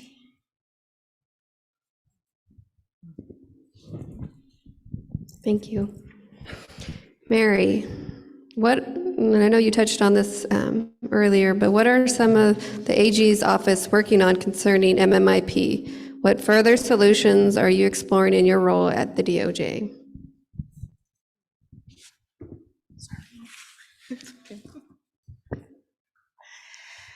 Well, as we waited for funding, but we were funded. The legislature at the end of 2021 funded the Department of Justice $5 million over a 5-year period to build the teams that are necessary for the implementation of the bill. So thank you, State of California. But as we are building the teams, that doesn't mean that we stop listening and acting. So what we've been working on has been multifold. There's certain things that the Attorney General's office can do as far as direct communications with local law enforcement, district attorneys, superior courts, and the Attorney General has issued several information bulletins, and those are communications directly to Sheriff Hansel and his team. I just want to acknowledge Sheriff Hansel here today. It's very important that, again, we can only solve these issues through partnerships, and he is an excellent partner, and his team. So some of those information bulletins to I'm going to look right back at him, Chairman Franklin, dealt specifically with trespass on Indian lands, making sure it was understood statewide that trespass violations are to be enforced on tribal lands. This second actually came out on Friday. This past Friday, it was an update to a 2016 information bulletin dealing with the enforcement of tribal court protection orders. So on Friday, an updated, revised, more recent information bulletin was published. I haven't been back at my office since Friday, so it'll come out probably Wednesday to all the tribal leaders, as well as to our local law enforcement partners and the district attorneys. It is available right now on the DOJ websites, and that again is to reemphasize that tribal court protection orders are to be given full faith and credit, and that they are to be enforced whether or not they are in a law enforcement database. We did our best to make this as clear as possible. In addition, we were bringing attention to the fact that it is not only California tribal court orders that are to be enforced, or that local law enforcement, district attorneys, superior courts may see, but tribal court orders potentially from all 574 federally recognized tribes. So we try to provide additional information about that. The other things we've been working on are providing more information to communities. Actually, I'm really excited that Keely's here because I needed to talk to her about some stuff. But we've been working on an Missing in California, an FAQ, our frequently asked questions, for Native American tribes and citizens, so that when family members have questions, there's a place for them that they can go to. Or if a tribe or a tribal member has questions when someone goes missing in California. There's a lot of misinformation out there when it comes to when someone goes missing. Television was not a good teacher for most of us. So in California, you can report somebody missing as soon as you think they're missing. There is no wait period. You can call any local law enforcement to report that person missing. That includes the CHP. And they will make sure that that information is directed to where it needs to go. So if you're here, but you think Keely's gone missing in San Diego, you can call Sheriff Hansel. You can call your local PD, and they will help you, and they will make sure that that information gets to where it needs to go. There's a lot of information out there that people just don't have. For instance, this document is being reviewed by all our different partners, including, California Department of Social Services, Stephanie Weldon right over there. Wave your hand. And then also, of course, our law enforcement partners, but our tribal partners. So this is a document that we're creating, and it'll live digitally on the website because it's rather large, and then be provided to tribes. The other thing we've been working on is updating our website. Not many people know this, unfortunately, is that there is a Native American Marcy's Law card that my office puts out. Marcy's Law is the Victim Bill of Rights, so that you know exactly what you can attain and what information you can basically make sure you get as a victim of a crime. So we have a Native American Marcy's Law card that would provide specific resources to our Native American citizens. for assistance. What we're doing, though, is we are updating that so that when local law enforcement, our district attorneys, our superior courts, our probation officers, but most importantly, our tribes and tribal citizens will be able to identify what culturally appropriate tribal victim services are available to them in their region, in their county, so that they can get the help or the services they deserve. So that's just the other things that we've been working on. Otherwise, just trying to build our team for the MMIP portion of AB 3099, as well as our law enforcement and experts for the public law 280 portion. But anything that we can do, we're here to listen and help. So we're just trying to be good partners. Thank you. So we're now going to open up for if people have questions. We have 2 mics, one on either side of the room. If you are unable to get up, you can wave your hand and the mic will come to you. Thank you. Okay, cool. I get to be first. Data, we're all data nerds here, so I'd like to talk to you some more about that. But really, the one thing I didn't hear from DOJ was training on PL 280 for our local law enforcement. So at Khadijah, we had a young mother drunk driving on the reservation who was unfortunately smart enough to know she couldn't leave it because the minute she did, the sheriffs would get her. The sheriff refused to come on the reservation to arrest her, even though there was a child in the car. CHP came in later to file a report, but also was unsure where the jurisdiction was at. Even though there was a child in the car, technically it was a stolen car because the elder whose car she had stolen didn't give her permission, and this amazing young lady hit our roundhouse. So it's like multiple layers of cultural violation on top of legal.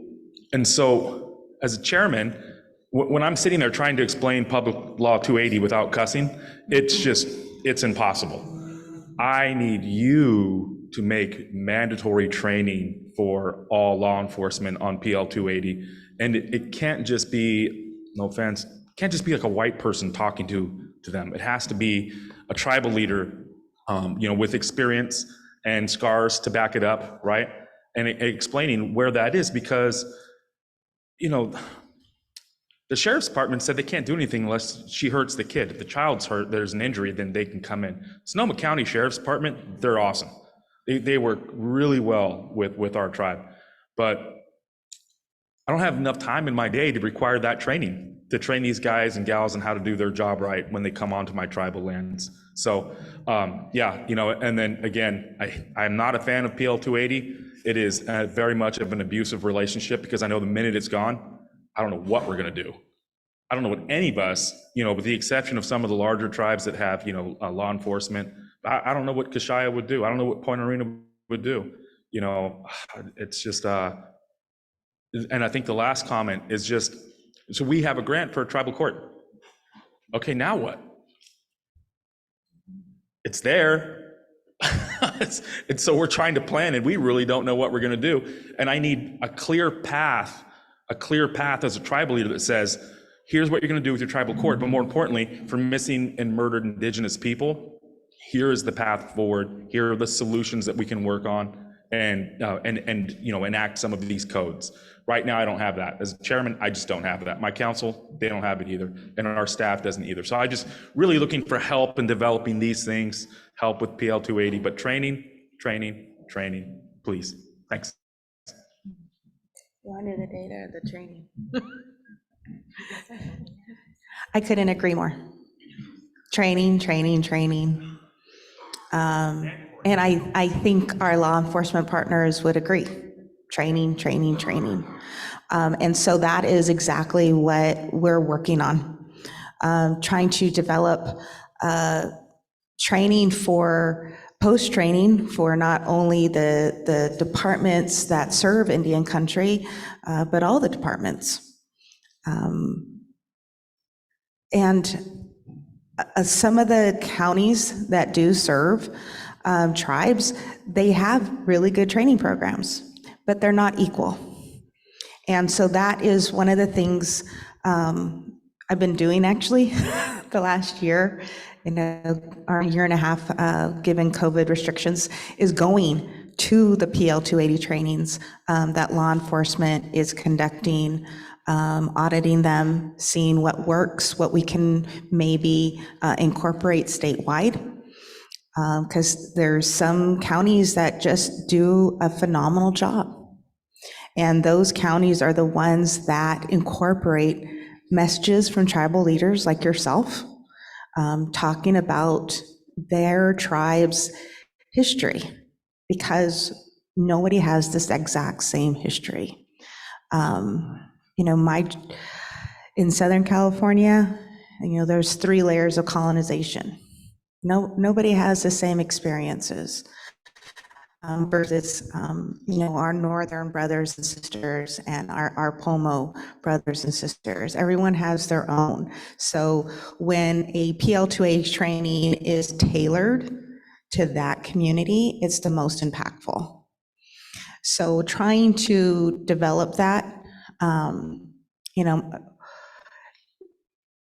it breaks my heart, actually, hearing that you couldn't get someone to enforce a public safety law, because that's what it comes down to, public safety. And Public Law 280, there's a lot of gray, but then there's some really dark, it's black and white in some sections. So I don't like hearing, oh, it's really complicated. It's only complicated when you want to make it complicated. So taken from that perspective of public safety, I think we'll be successful. And I would like to talk to you more about it. But I haven't met anyone from the sheriff's departments, from CHP, who don't want to help. So I'm not going to say that there's not somebody out there, but that's usually the calling for the profession. So I just want to make sure that my office gives them that support and that training so that they can make those decisions easier. But I do appreciate your sharing that. Because those are things that we need to know about when we're looking at how are we going to do the training, who's going to do the training, and how often are we going to require the training? Because those are the big things that happen, and making sure it's statewide. So because we do in California have the largest population of Native Americans who call this place home, they're not all California Native Americans. And so PL 280, as you know, only applies to Indian lands. So those are the 34 counties, 103 reservations. But things like the tribal court protection orders, things about like contributing to the MMIP issue, Indian Child Welfare Act, all of those apply to all Native Americans in California. So making sure that we're approaching it, statewide. But I do appreciate those comments. And for the data, we're not all data nerds, so I'm going to hand that over. I won't bore you all, but if you do want to know more about, particularly the point about tribal courts, because I think a big part of this whole conversation is tribes building the infrastructures to hold their partners accountable, right? Without Public Law 280 being changed, if this is what it is, we just need them to know we know what's up and we're keeping them on their toes. But maybe even better, we're here to walk with them and help us with these issues, right? Like that is the nature of Public Law 280. And I think that tribal courts are a very important first step. So if I could toot a horn for our tribal court, we actually have something called How to Make a Tribal Court. It's a very recent publication, but it is geared towards the many questions we would get asked of like, we've got funding, but where do we even begin to start? How do we not throw the baby out with the bathwater? How do we make a resonant criminal justice system that has to look legible to us, but also those that we work with? And so if that's something you would like a tangible resource on, please, I get lots of emails, but I love the ones about this stuff the most. So send me an email or any of our tribal court partners, and we would gladly make that available. And if you don't know about it already and you're at Yurok and you want to read it, please, I would love someone to read it. But thank you for the chance to speak on that. I just wanted to comment too on the tribal court issues and the development of tribal courts. We do need to talk more too with the U.S. Department of Justice on the capacity building of tribal courts. Because anytime you get federal funding, obviously, you should have technical support and training available. They fund programs out there to help and support. So if you don't have that contact, you can also reach out to us as a tribal coalition. We're happy to support. But the problem with a lot of the funding is coming through is it's so limited for us here in California because of Public Law 280 states. They're not funding through the Bureau of Indian Affairs. They're not funding. And I was recently asked why, because we now have special jurisdiction. It used to be domestic violence special jurisdiction. Now it's special jurisdiction, where tribes now have the ability to prosecute non-natives for crimes, violence against women crimes. So domestic violence, now sexual assault, there's child abuse in there included, and sex trafficking, all of the different crimes now. But there's still not funding. So, they said, well, why don't you guys apply? And I was like, I'm going to apply. My tribe's going to apply for $400,000 grant to try and build something. And then how are we going to sustain that if that funding is not guaranteed? We don't have the capacity at this time to even handle a grant, let alone try to build something and then not have it funded the next cycle around. And if all of these government departments are not going to put money towards our tribal courts in that capacity, that really leaves us handicapped in what we are in our ability and what we can do. And so that really needs to be a discussion, and that needs to be a legislative push to have tribal courts properly funded and sustainable.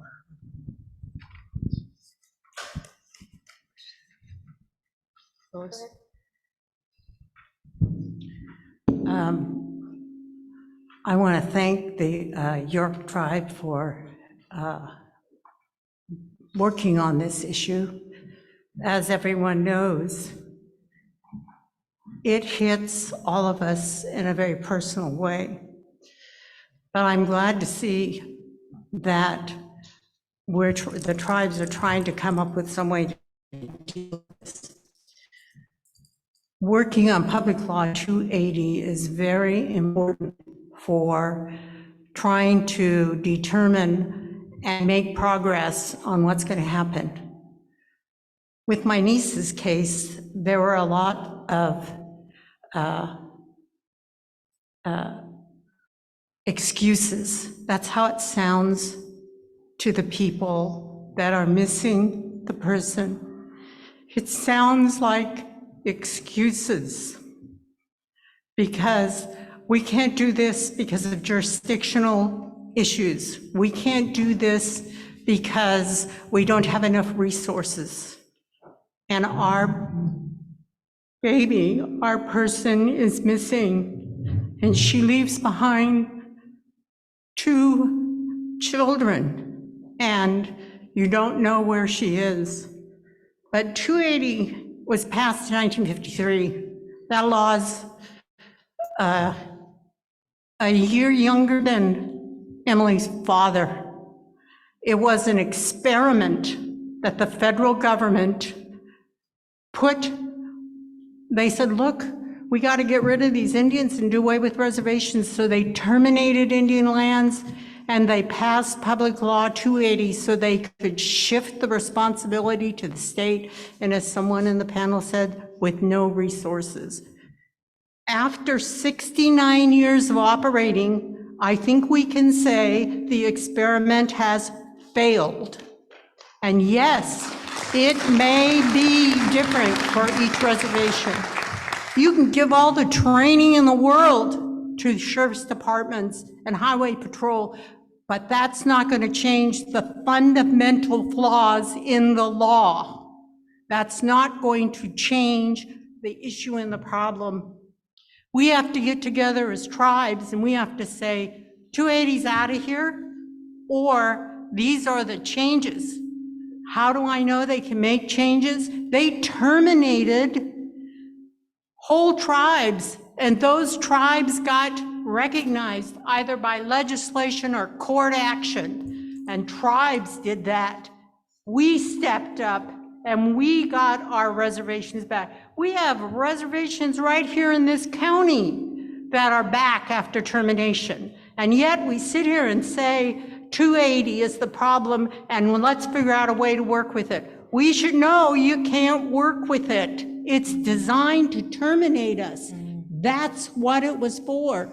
There were tribes in Washington State that were under 280. There was a list of states and tribes that had the opportunity after they saw what was going to happen in 280, and they said these tribes can jump on. How many of those tribes do you think jumped on? None, because they knew what was going to happen to us. They terminated tribes in California, and their reason was, well, they're so poor anyway, can't get any poorer. They terminated them, but now they're recognized. We have to do, if after 69 years, we have to either do in that law, or we got to do some major legislative work, but it's tribes that know what's wrong with it. We sat there with my niece missing. We sat there with my niece walking around with no clothes on. We sat there and watched her go in a terrible direction, begging for help. And they would say, well, that's not our jurisdiction. I'll give this to the Hoopa police. Very proud of them. When they couldn't do anything, they got clothes from their families so that they could put them on her, and blankets. This was the best that they could do. And they would drive around and try to say, hey, who will take her?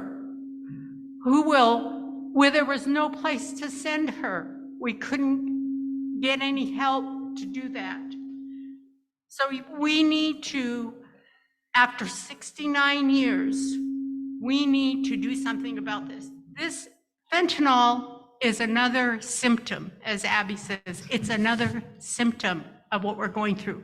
Alcohol was a really big system for Indian people. The federal government and the military had a policy, send alcohol to Indian people, get them addicted, get them hooked on alcohol, and we had big problems with alcoholism in the late 1800s and the 1900s.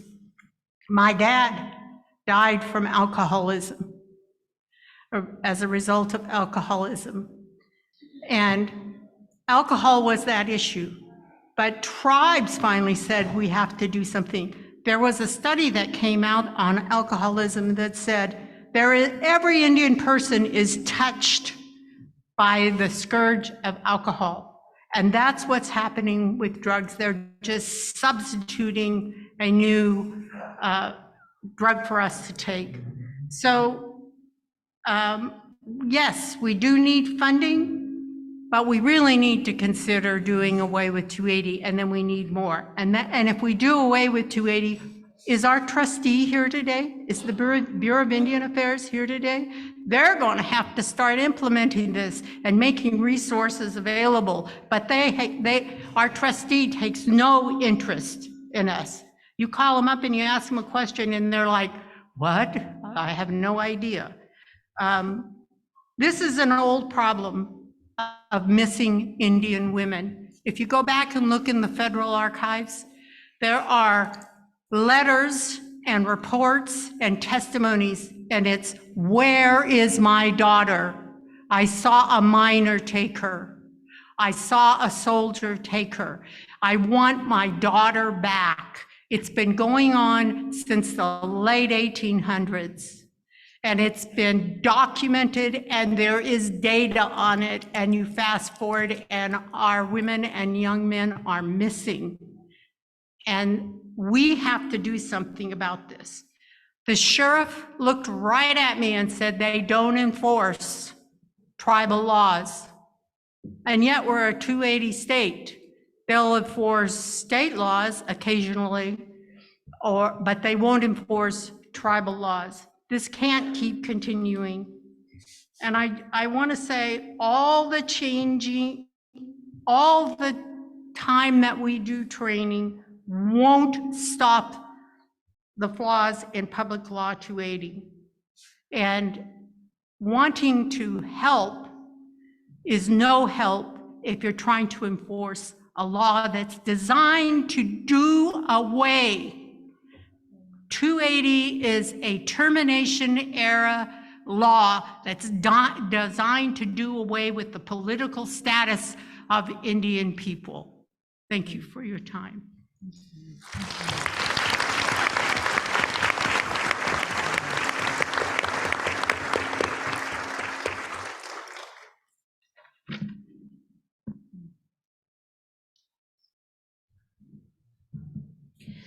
I want to shift the focus a little bit from the law to the people that are left behind in the community, the needs that they have, and the science that's behind some of the treatments, and looking at that. You know, whenever an incident happens, there's a lot of flooding in of support at that time, but a lot of time the effects of having a murdered loved one comes to you much, much later.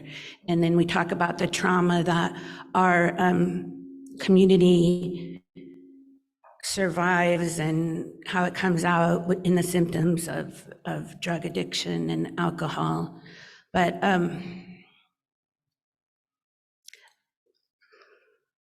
when I was 19, my 20-year-old cousin went missing with two of his friends. It was more than a month, almost 2 months before their bodies were found. Sometimes I hear people say, the community knows who does it. They have to, if they want it to be better, they have to say something.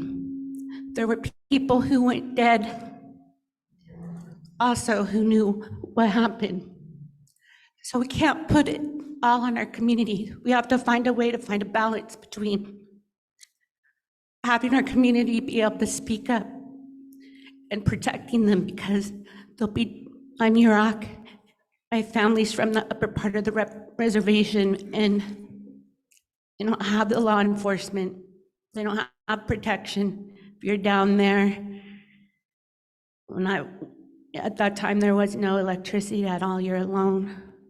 We were across the river, so that's even more isolated. Nobody's gonna say anything because it's embedded in us that we won't survive either, that somebody will find out. I couldn't even 5 years ago, I couldn't even say it. My cousin Robbie was murdered. He was missing, and every day I had hope. Every day I wanted my brother found. He was so funny and fun. I loved him so much. And it wasn't just me and my family, it was the whole community, the whole river, the square. Everybody was affected every day while they were missing. And then, like I said, I didn't even know. But I found out one of my triggers is talking about marijuana, and then when they made it legal and everything, that was how it came out. That was how I found out that I was carrying this all around buried deep inside of me, and I know I'm not the only one. our whole community that's my age or older was affected during that time. So I think that as we go forward in doing what we need to do to make sure that the law enforcement's on the ground and that we're looking and finding, we also need to consider the long-term effects, and we need to consider our community and the symptoms that go along with that for everybody else that's left behind. Thank you.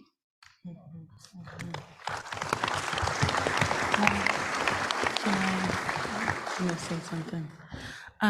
I just want to say in response to that, I think one of the most important questions we can ask ourselves is how many times could someone be made safe before they're taken? I know that we found ourselves asking that many times in just the last year, because if you knew any of the cases that we've had to experience in the last, the pandemic being a time of even more violence just in our communities, we know the stories go back well before someone goes missing. And in America, for decades now, we have used the criminal justice system as the only means of mental health intervention. This is particularly the case in rural areas. And I think that a lot of times, people, the defund the police, that's not, I can sometimes get a little pushback, rightly so. I think what is more appropriate is the term de-task the police. The police have a very specific job. When they're called to a place, they're there to intervene in crime. All the other things that we hope they could help us with, they are very frank about the fact that they wish they could do better. And I think that we have to find a way, when I think of, the mental health facility, the comorbidities, needing facilities that can handle dual diagnosis, that is where the conversation should be about MMIP just as much as tribal courts and fixing the criminal justice system, because we know that it starts well before then. And the only reason we're talking about the criminal justice system is, particularly for this issue, it'll be the jailhouse that sees our loved ones last, not the places that could have made them well. And we need to be able to get our people help well before we are looking for them when something bad happens.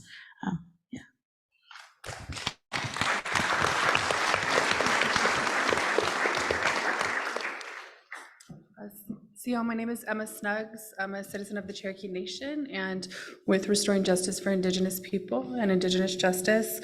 I know a few of you spoke of the egregious injustice of coroner's offices and medical examiners and the role that they play in injustice and seeking justice for surviving families. AB 1608 recently failed to make it off, out of the Senate. That was a bill that was meant to remove and separate independent coroners from sheriff's offices. I'm not sure who knows this, but California is only one of 3 states that doesn't require an independent coroner's office. In California, 48 of our 58 counties combine those 2 offices, and creating issues such as Chelsea mentioned, the misclassification of death. The California State Sheriff's Association opposed the bill. Other law enforcement agencies also lobbied hard with the full weight of their budgets and their authority to stop this from happening, to stop that separation from happening, citing cost effectiveness and bureaucracy. And so I guess my question to the panel, and I guess for all of us, is how do we address the cultural differences and the difference in value placed on life when cost effectiveness and bureaucracy outweighs that of justice, and particularly for those who are system impacted or system, within the system, within the carceral system, whose deaths are being deemed as accidental. And we know that that's not the case. Our families, we believe our families, we're family-led, we're survivor-led. I know for the most part, many of our organizations are. The work that we do should be. But how do we address those differences in values in what should seem like a no-brainer? Thank you.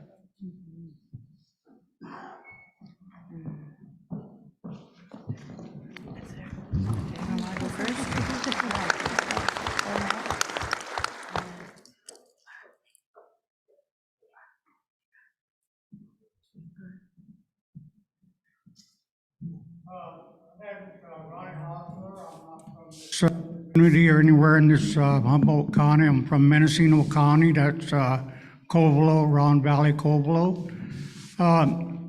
I was mainly concerned about, when I heard you talking about jurisdiction, I did several things with my granddaughter, Khadijah Rose Britton, who was taken February 7th in 2018, and it's going on 5 years now that I've been fighting with the Mendocino County Sheriff Department, and jurisdiction was one of the biggest concerns, because I was, when she was taken, we knew right away that there was nothing being done by Mendocino County Sheriff's Department. There was no urgency to find our granddaughter, who was taken out of a house, a friend's house, on February 7th. There was nothing done about that until a week later, that they knew that the perpetrator had a gun that took her out of the house. There was nothing done until a week later, that when they went in to have statements, there was 2 statements written, 1 statement actually, but there was another witness. So we reached out to Mendocino Sheriff Department to get more resource to help with the investigation. Well, at that time, it was Tom Allman who, after a year, resigned from his position as sheriff of Mendocino County, and a couple of months or 2 or 3 months later, he was hired in Humboldt County as a deputy over on the coast or someplace, and so that took himself out of our help. The other one was Lieutenant Shannon Barney, who was the lead investigator at the time, and so there was no help there. So, but one of the reasons why I started doing things, doing a lot of PR stuff, was because of the lead investigator at that time was, he was also a tribal council and a chairman of Round Valley Reservation. After a while, he told me that, he said, we really messed up at the start of that investigation. She was taken on the 7th, and on the 19th of February, I heard through the grapevine that he had a family member called and told him where they were waiting. So tribal police, at that time we had 6 tribal police in Round Valley.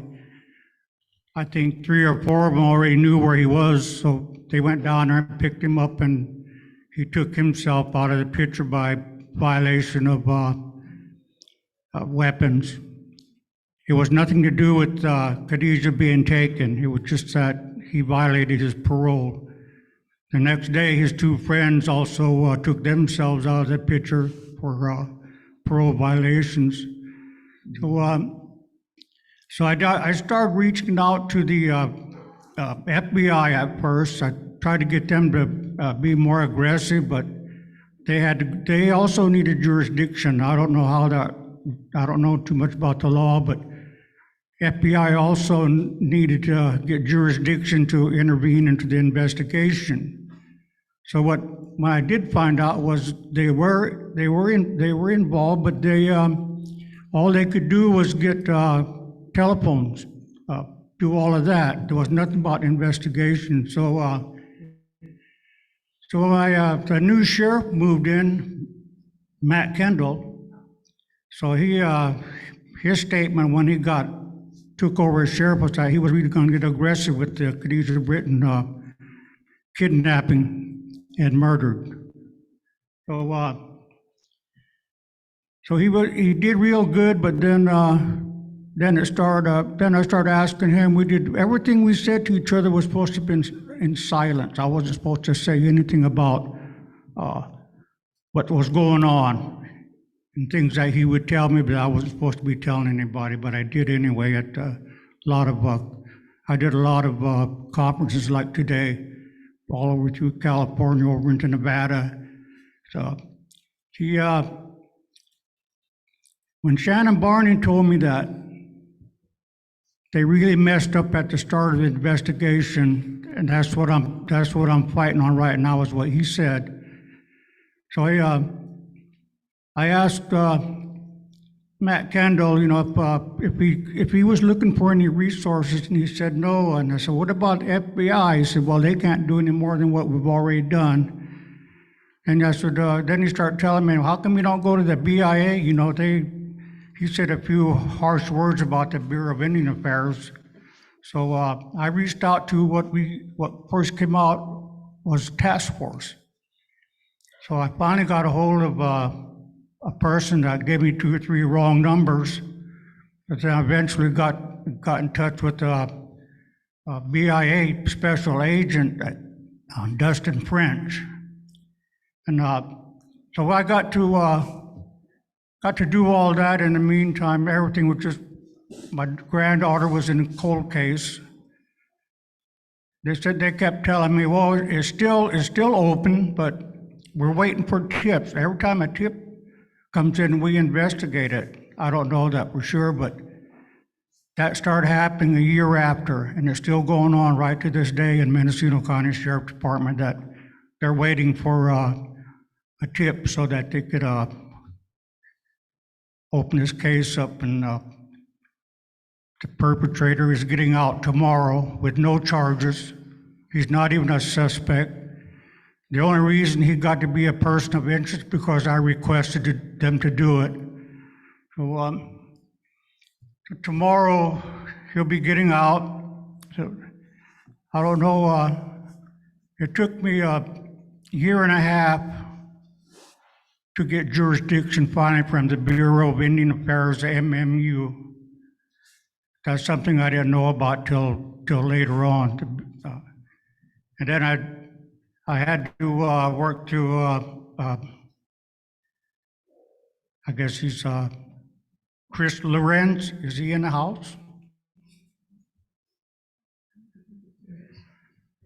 Okay, that's who I've been going through with Chris Lorenz to help get into the investigation, and I'm really happy that they did come in. I got to meet 2 of the special agents in Ukiah along with the FBI, and they're going to be more aggressive from what they started already, but we're still hoping and praying that there's a charge to keep him in prison. So the jurisdiction, I don't know not too much about the jurisdiction, but I heard you talking about it. But why did it take a year and a half to get jurisdiction?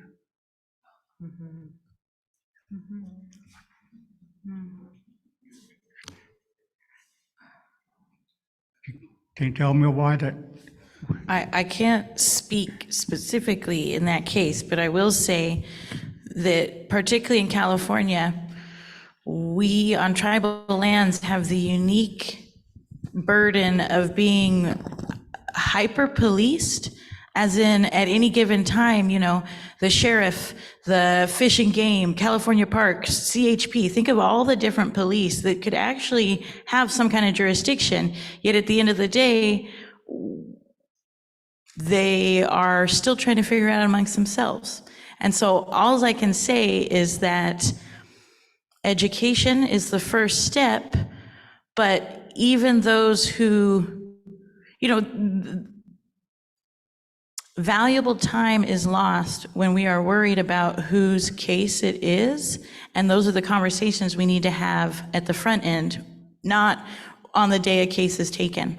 And in my mind, that's what we've observed, is not just this case, but across the state, because of Public Law 280, in many ways, we are hyper-policed, we are hyper-surveilled, but when we need help and we call for help, keep waiting, right? We know how it is, especially if you live far from town. So I think in that case, I would point that out, that unfortunately, if you're doing something wrong, there's a lot of people that can catch you.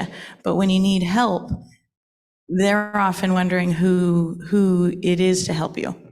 And it can take time that nobody needs when that call comes in.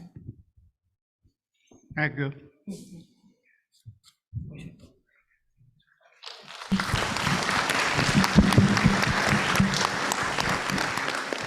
I just want to thank the panel, and I want to thank everyone that had questions and comments. I'm being told that Sheriff Hansel wants to come up and say a few words. Yeah, so we'll take a break because I know everyone needs to stretch and get water and coffee. And then if you all can come back in 15 minutes, we'll start with our next panel. Thank you so much. Can we get another round of applause for the amazing group of people up here?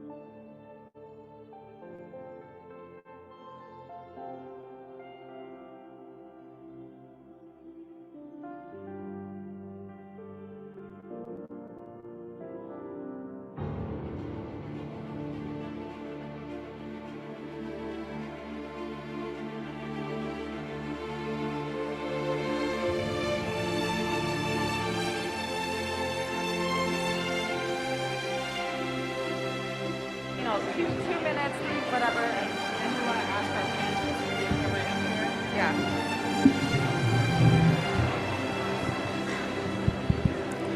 Hi, everyone. We're going to ask folks to start making their way back to tables. You will have an opportunity to chat and check out the vendors and all of that at lunch. And if our panelists for panel 2 can make their way up to this stage, that would be great.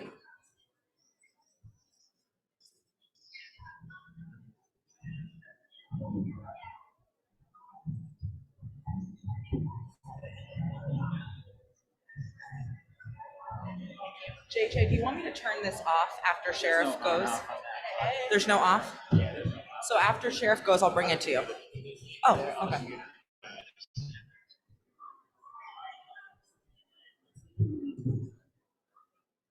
Hi, Sonia.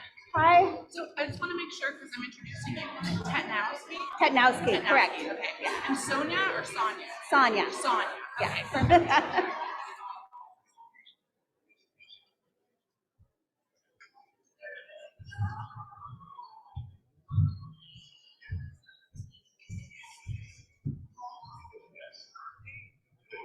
I want to ask everyone if we can please take our seats, and we're missing 3 panelists for panel 2. So if you all can make your way up here, that would be great.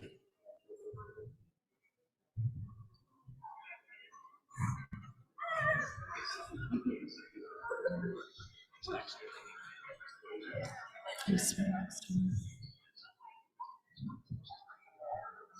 don't see April or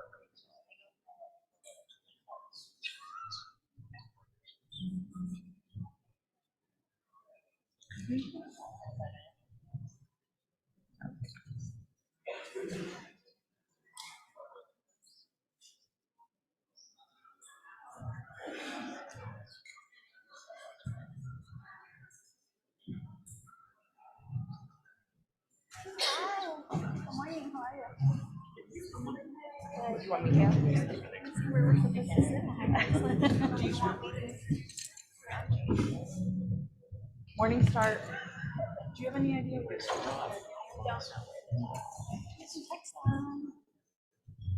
So we're looking for April and Rachel. If you guys can come up to the stage, that would be great.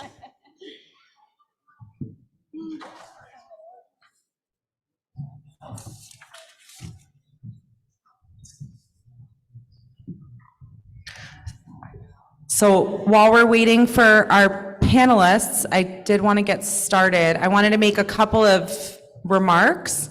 So one of our speakers on our last panel just asked me to, sorry, I'm not used to speaking in mics. It's been 3 years. So I want to remind everyone at the request of some of the advocates here that this is really for us, for the Yurok Tribe, and for all the groups working on these efforts, which include everyone here. This is just the beginning of building an action plan and a movement. So all of the ideas, comments that are shared in the panel, that are shared this afternoon at the roundtable are being, we have a wonderful note taker who's here today in the back, Cassandra, I don't know if you can wave.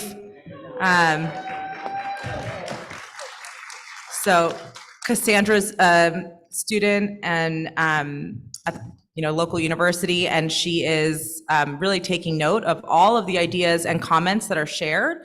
We will be taking the policy briefing that we created and adding to it and creating an even more robust report and action plan that the Yurok Tribe and all the tribes that are here today are going to be working on in conjunction with advocacy groups across the state. So I was just, there was a request that I remind everyone that people know that there's no concern, there should be no concern that we're going to lose any of the information here, or that all of your thoughts and ideas, including the wrap-up emails we send you, we will be making sure we're getting all of your thoughts and ideas and incorporating them, and that this is the first of what we hope will be an annual gathering.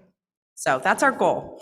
And with that, this afternoon, as you all can see in the agenda, from 2 to 4 p.m., our tribal leaders will be meeting directly with federal, state, and local officials. We can all sort of listen in. It'll be a really interesting dialogue.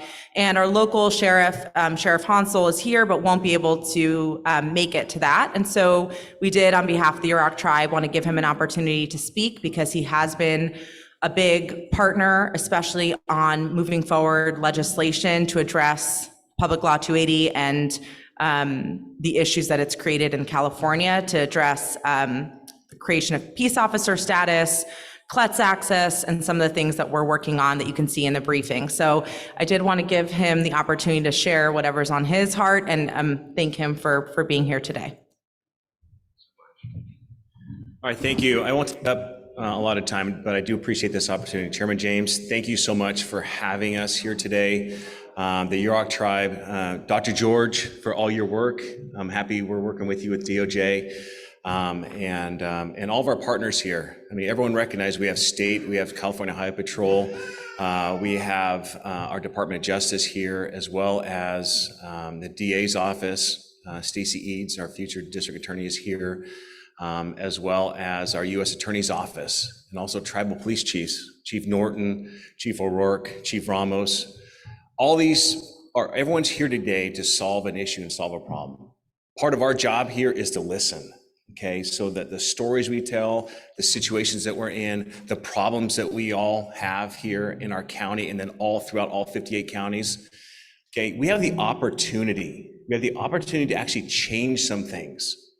And so I'm kind of bummed that our state and federal leaders aren't here to hear all this, but they're going to be here this afternoon. So some of you may have to repeat your stories again, okay? And everyone's going to have to be patient with that because they need to hear the personal level of all of these things. Some things need to change. Almost 70 years ago, Public Law 280 was brought to us. Who asked for it? No one asked for it. No tribes were consulted. State, local officials weren't consulted. It was forced upon us. So now what do we do? Okay, HOOPA has concurrent jurisdiction for the last 4 years, okay? But still, there's issues with that. So we want to change some things. One of the things that we are trying to change here on the state level, and the reason why I'm leaving here this afternoon is I'm going to go down to the State Sheriff's Association meeting, and I'm a tribal affairs liaison. And one of the things that we're trying to change is getting peace officer powers for tribal law enforcement. And this is something that can easily be changed, but it takes leadership on the state level to take this legislation and bring it up to the next level. So we want to make sure that all of you are aware of that, and I appreciate working with everyone on that. But the only way this works is through partnerships, through education and open lines of communication. That's the only way that we work together, that we solve these problems and the crimes on tribal land. And so I'm really, really happy with this opportunity. If there's ever a time where we can come together and solve something, this is it right now. And I appreciate everyone in this room, and we are all here, okay, to make something better. So I appreciate the time here today and look forward to the panel. Thank you.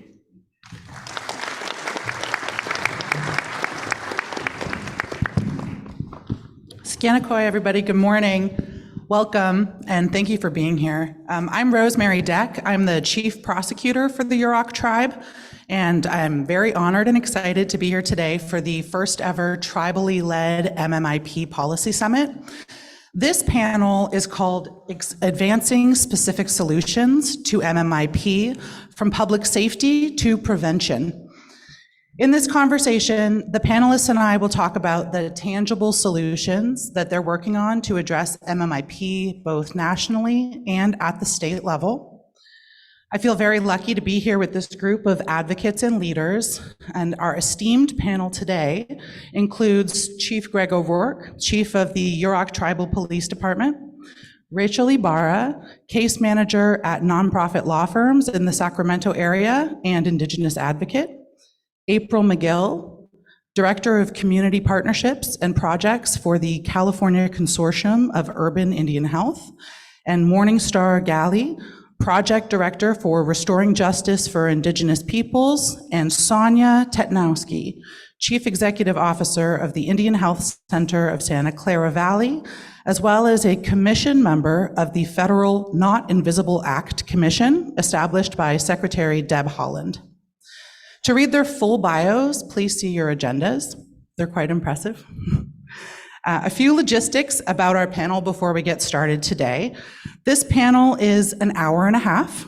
I will moderate this panel with questions we have prepared, and we'll leave about 30 to 45 minutes for audience questions and answers. Lunch will be served today at noon, so in order to expedite food service, towards the end of our panel, a few folks near the back may be asked to start lining up. We're going to ensure that the elders are served first, but just be aware that you might quietly be asked to start lining up for food towards the end. And with that being said, let's get started. So Chief O'Rourke, we're here to talk about specific solutions to the MMIP crisis. You're working as part of a coalition on specific solutions related to tribal public safety. Can you talk more about the bill that Yurok, the Tribal Police Chiefs Association, and the California Indian Legal Services is working on, and how this bill is solving issues connected to MMIP, what this bill will do, and what issues are we trying to solve? Thank you. I think in order to be able to address this issue, we have to look at the totality of this issue and with how it relates to tribal law enforcement and tribal public safety. So the difficulties with Public Law 280 has been expressed before up here, and that is something that tribal law enforcement is definitely entrenched in and have to work honestly against. It takes away jurisdiction from tribes, from the federal side of it, and hands it over to the state.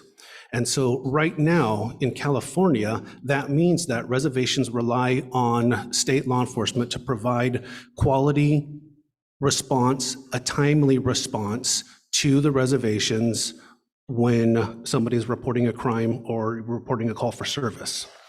And so if you look at the basic principles that Robert Peel had introduced for law enforcement, and a principle is something that never changes. It is set, it is concrete. So Robert Peel says that the purpose of law enforcement is to protect the vulnerable. It's one of his principles. Second principle is neighbors policing neighbors are going to be more effective. With those two things in mind, you take into account Native people, we are a vulnerable population. Every single person that we deal with has somewhat suffered dealing with, coping with the historic and intergenerational trauma. And so we are coming from a point of vulnerability, and we're asking tribal police to enforce and to be able to help protect the vulnerable, but coming from that point of vulnerability. And so with that in mind, one of the things that we recognized is tribal police needs to have the ability to respond timely to the communities in which we serve. Right now, that's just not the case, and that's due to the system that we work in and have to work within the constraints of.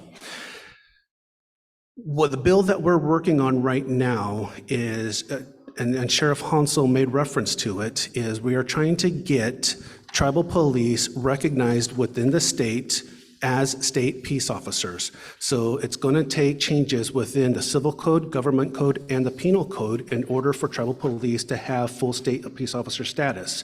Now, we also understand that not every tribe agrees or wants to have state peace officers, and that is by all means a right and expression of the sovereignty of that individual tribe. And that's something that we don't want to create a tribe versus tribe situation. And so the language in the bill is very specific, in which it allows tribes who want to move forward with this to be able to lay out the ability to.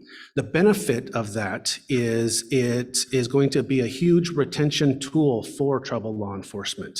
So one of the issues that I am having to work with and deal with is retaining my officers.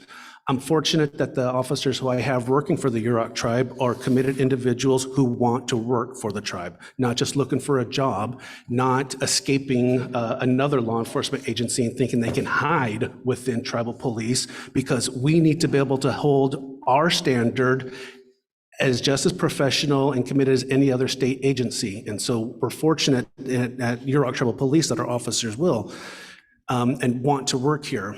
But we don't have some of the same protections like the Peace Officer Bill of Rights, like legal defense. We're not eligible for professional certificates from Post. And so we're not eligible for a pension retirement. And this is some of the difficulties that we have to overcome in order to retain our officers. One of the biggest things with law enforcement is establishing a trust with the community. And so it's difficult to be able to get the community and trust law enforcement. And again, we're working from a community that has a historic mistrust of law enforcement. And so when my officers finally do establish that, but then leave for a different agency that is offering the things that tribal police cannot offer, offering higher pay, offering and signing incentive bonuses, it's an indicator of the system that we're working within is not allowing tribal police to be able to have an equal seat at the table. And that's simply what this bill is to be able to provide tribal police a seat at the table, so that way we can provide timely, professional, competent law enforcement services to our communities. Thank you, Chief O'Rourke. And just to add on very briefly, the bill that Chief O'Rourke and these organizations are working on is so important, just, to illustrate that. Some agencies like museum police and transit police, those agencies are recognized fully under the penal code as law enforcement, but tribal police are not. And so this really is important work that they're doing. So thank you, Chief O'Rourke. Rachel, on the upstream and prevention side, you're working on a foster care bill with the Yurok Tribe, the California Tribal Families Coalition as well. There are currently more than 2,700 children missing from California foster care. And there have been over 13 deaths of children missing from care. The average time that children are missing from care in California is 41 days. What would the bill ideally do? How would it support tribal children? And how is this issue connected to the MMIP issue? Hi, yes, thank you. First, I'd like to say it's an honor to be here and share this space with all of you. What we know right now is that the bill is definitely in the draft stages, and so we're still in conversation about it.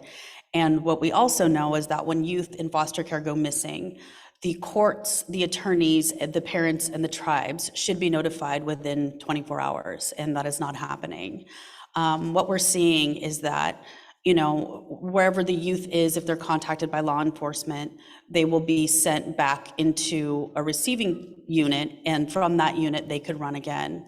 I come from Sacramento County, so I work in an urban area. And, it would seem that these protocols should be in place and they should be followed very strongly, just because we do have a court that we are accountable to. But what ends up happening is none of that is actually true.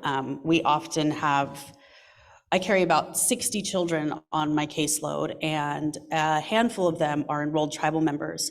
I don't have very many California enrolled tribal members. These are all youth from tribes across the country. They've been relocated or displaced for whatever reason. Many of these youth are also not connected to culture and tradition. They don't even identify as Native American children. So when they're contacted by law enforcement, and they, if whatever way they're presenting is what it's going to be documented, right? And one of the sisters that presented on the previous panel said that she would present more light-skinned, and so she could easily be misclassified, and that's what it is that we're seeing. One of the first questions that they ask you is not, are you tribal, right? They ask if you're okay, they ask if you're safe. This is how part of this issue is the direct pipeline from foster care to MMIW. We are hoping that the bill would create a stronger court oversight and implement active efforts in locating instead of just the active efforts when it comes to the treatment plan, to the case plan, and the parental rights for unification. Thank you. Thank you, Rachel. Our next question is for Sonia, and you should have a microphone down at the end, Sonia. Sonia, you're advancing MMIP policy solutions at the federal level as a commissioner on the Not Invisible Commission. How is the commission structured, and what is the work you're doing? And what are the opportunities to create change at the federal level? Thank you so much. Haikuikwala ayo sisikwala. I'm she who walks with the ancestors. Thank you so much to the Yurok Tribe for inviting me to be here. It's an honor to have shared the celebration last evening with you and to share a meal. Sorry, I needed to start with that. That's very important to say thank you. All of you know that the Not Invisible Act of 2019 and Public Law 116, 160 through 166 really was an act to increase the intergovernmental coordination to identify and combat violent crime within Indian lands and against Indians, improve the federal government's response and case to the cases of MMIP and human trafficking. We're required to develop recommendations to the Department of Secretary Holland and DOJ AG Garland. The committee is made up of 40 representatives from a variety of law enforcement agencies, judges, the AG's office, tribal, state, local, BIA, and FBI law enforcement agencies. And we have 6 subcommittees. Do I have time to go through the? Okay, thank you. The first subcommittee is Law Enforcement and Investigative Resources, Identifying and Responding to MMIP and Human Trafficking. The second subcommittee is Policies and Programs, Reporting and Collecting Data on MMIP and Human Trafficking. Subcommittee 3 is Recruitment and Retention of Tribal and BIA Law Enforcement Officers. Subcommittee 4 is Coordinating Resources, Criminal Jurisdiction, Prosecution, and Sharing Information. Subcommittee 5 is Victim and Family Resources and Services for Native Americans in urban areas and on tribal lands. Subcommittee 6 is Other Necessary Legislative and Administrative Changes Required to move policy initiatives forward.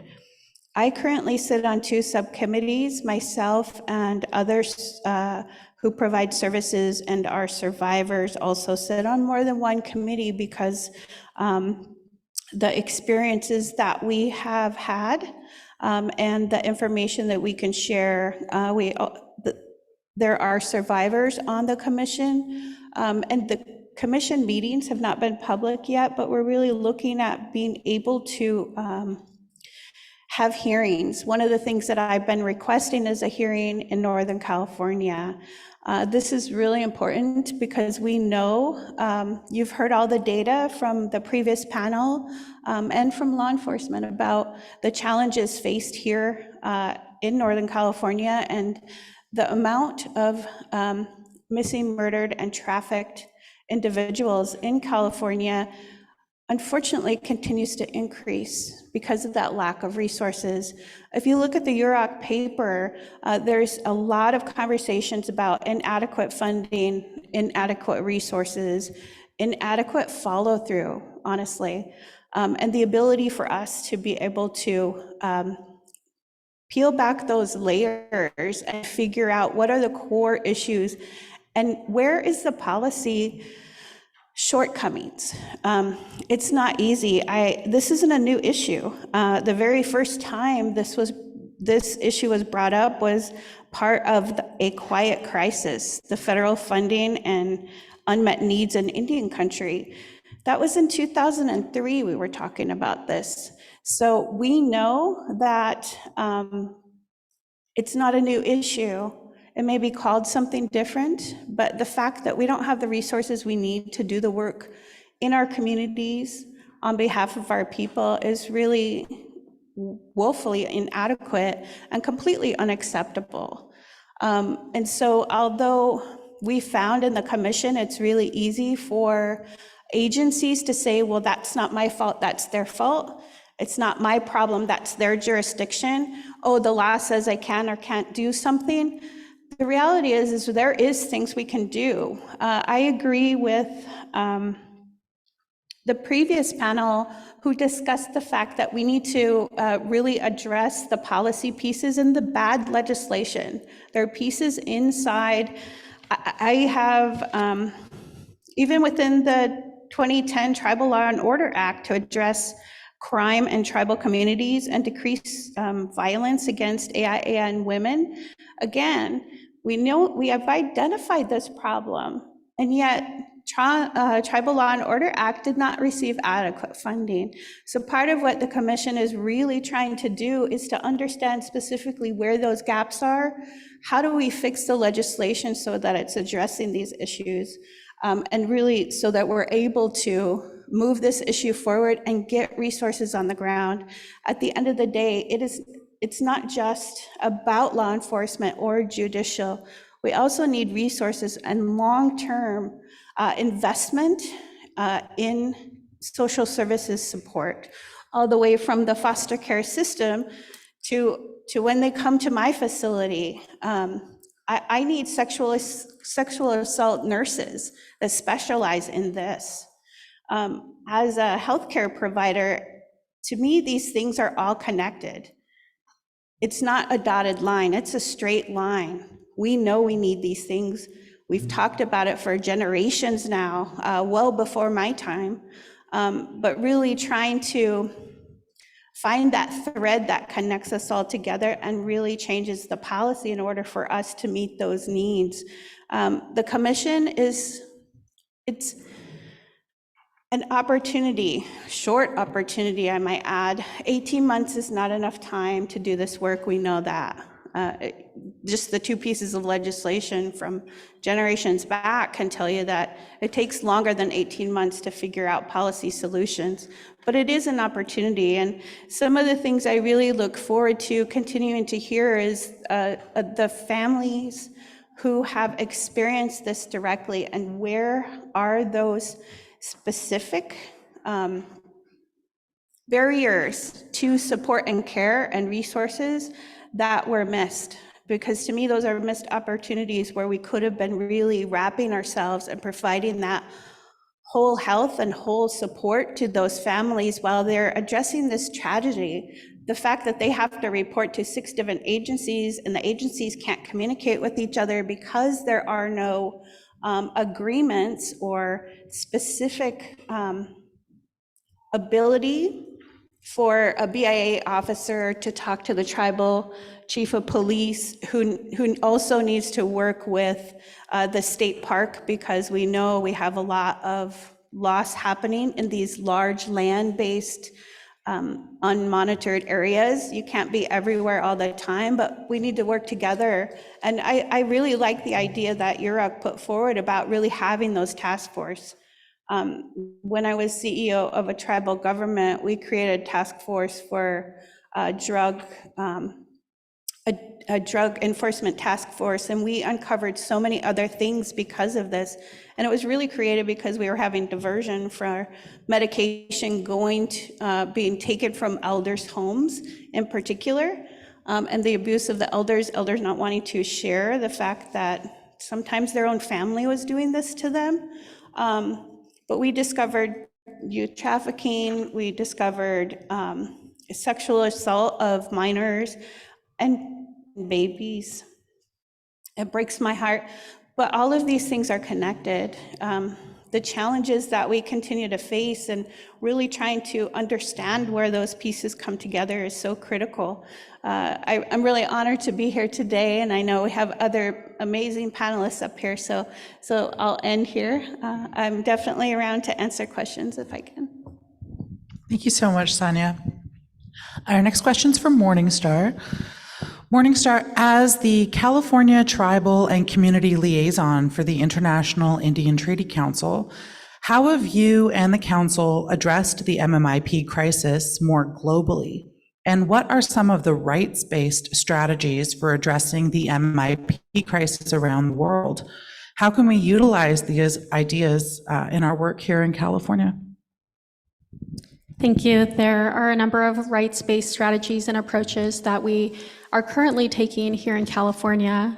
Before I get into those, I do want to take a minute to acknowledge the family members that are here, the impacted families. I see, the advocacy through Khadijah's grandparents, through Tammy, Angela's mom, through a number of families that we have brought together.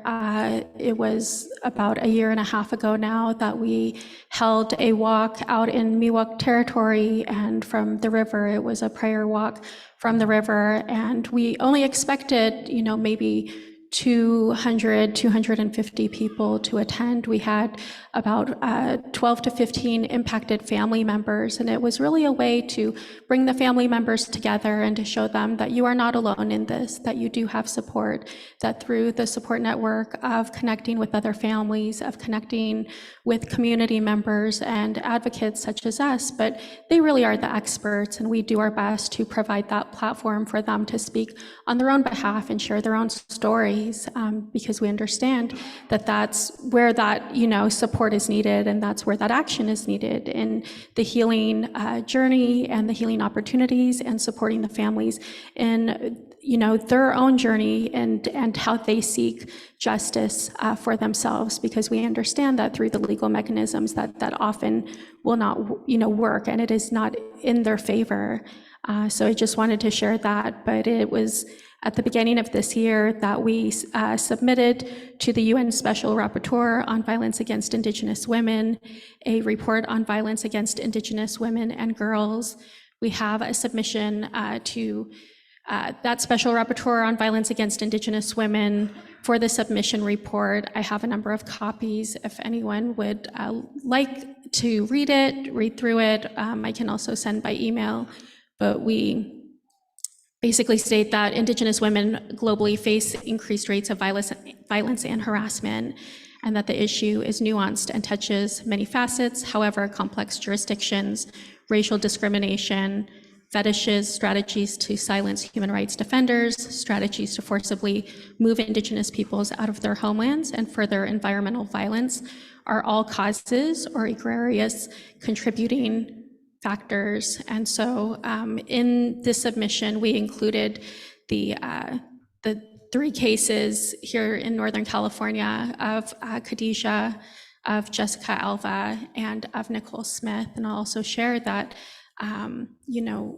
that with Jessica's case, Jessica was a sister to us, and she was an advocate for missing and murdered Indigenous women. She was a strong advocate within the San Francisco Native community. And so to have this happen personally to a sister and to a friend of ours was really heartbreaking. And we have, made those efforts to support her family in raising her children, in supporting, the efforts for their family healing. I'll also share that it was brought to the CERD this past summer. So we had we testified at the United Nations Committee on the Elimination of Racial Discrimination, where the CERD process was reviewing the US and questioning its record of racial discrimination against Indigenous peoples. And in that, the factors and intersections of the causes of MMIW, it's stated in our report that the negative impacts of colonialism on the enjoyment of human rights, highlighting that human rights violations of Indigenous peoples are a persistent legacy of colonialism. And so we talk about, the free, prior, and informed consent, FPIC, rights of Indigenous peoples in regard to their land, territories, and sacred sites, but included in that human rights violation submission through the CERD, talking about the violation against Indigenous women when it comes to environmental violence, when it comes to physical violence that is still continuing to occur. So that's one approach and one strategy in a very multi-pronged approach, from the grassroots advocacy efforts to the international mechanisms. So thank you.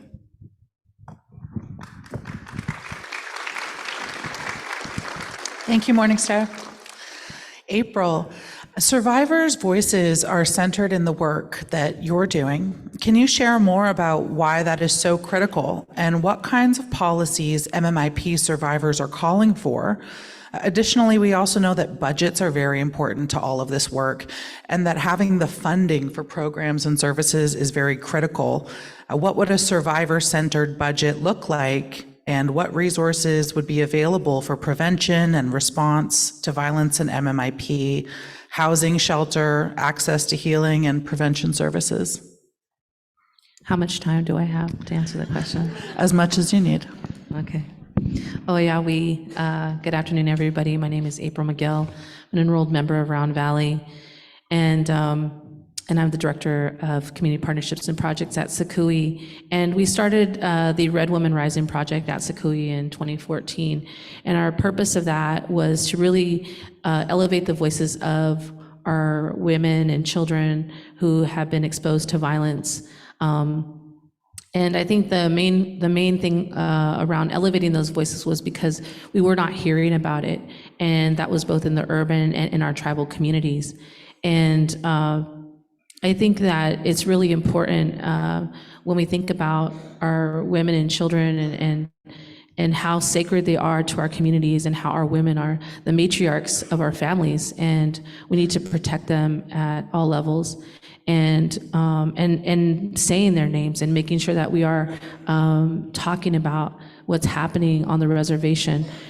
As a Round Valley tribal member, and we know that this started due to colonization, and we know that Round Valley was one of the places that this all started, and that a lot of tribes were rounded up and put into our valley. As a Yuki person, we know that we take care of a lot of neighboring tribes that were pushed into our valley, and so we see the violence that has happened in that history there. And and I do want to recognize our family that is here from Round Valley. We've been through a lot with what's happened with Khadijah and law enforcement and trying to find answers to that. And so I just want to acknowledge our family and say thank you for being here to say her name and make sure that we get answers to find Khadijah and support that. And and that's another thing, we see in the media, like the Petito case, and we don't see any of that in the media. We don't hear about our women that have gone missing. Same thing with our young people who are in the foster system. We heard that earlier from one of the panelists talking about that, how we don't ever hear about that. Our tribes aren't even contacted at all to know. I work a lot with Keely, and she's down south, and I'll reach out to her because I'll hear about a foster youth that is from our community that has gone missing or is out of the system, and I reach out, and I'm one of many advocates. So I want to share that because all these sisters up here and that were up here earlier, we do this work because,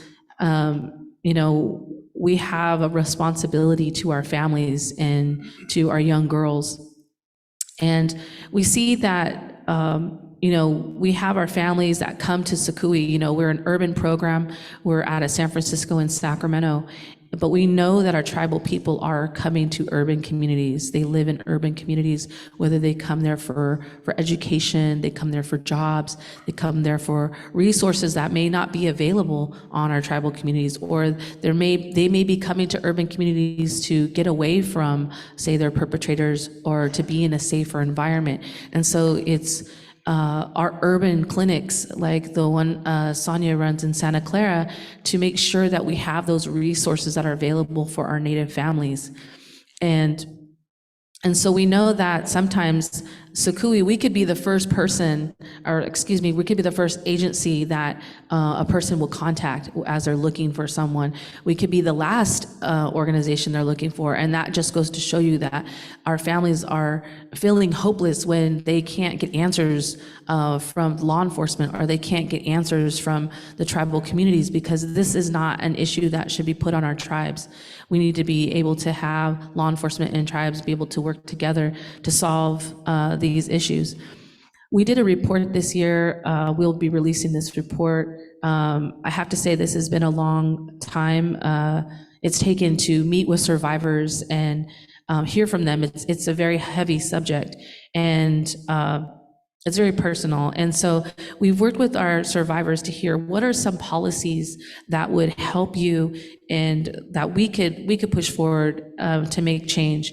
And some of the things that they have shared is they want to see more training for law enforcement. They want to see that training be done by advocates, by those that are working with survivors, and training our tribal leadership, because we see that there is a lot of tribal leadership that changes, but we want to make sure that our tribal leadership is understanding what is missing murdered Indigenous people, and having our, Native advocates come into your communities and training tribal leadership. Let's make our tribal councils accountable.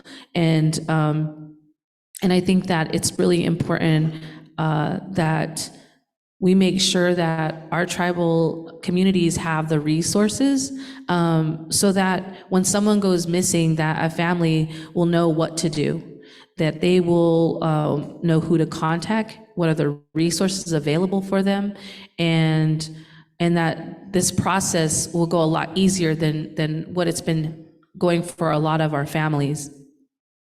We want to make sure that these resources for our families are informative, and that it's accurate, and that they're not getting misinformation from law enforcement, and that these are just speculations or that, we see a lot of times happen with law enforcement that there's new police officers that come in and they may not be trained, and so they may not know what information to give out. And so making sure that they're trained and up to date. The system needs to change. We know that our current systems are failing us. As my sister Rachel just shared, one piece of that is our foster care system. That needs to change. We need to do better. In San Francisco, we were lucky enough to have our deputy director there train all of her case managers and make sure that the first part of intaking any foster children, they were asking, are you an Indian child? Making sure that they got those children enrolled, making sure that they identified our Native children. Those systems need to be put in place. There needs to be the protocols that are in place so that we have something to go off of. We were contacted by a family, and a family on the coast, and it was really unfortunate because there was a young woman in the family who had been murdered, and this family was just trying to grasp the concept that they lost their loved one and trying to find out who it was that murdered her. And it was really unfortunate because we had Northern Circle tell this family that they needed to move, and they were being kicked off the reservation because of what had happened, and that the situation was a violent situation, and therefore in their policies it stated that any family who was involved in any kind of violence, that they had to move. And it could be a simple policy of just protecting our survivors.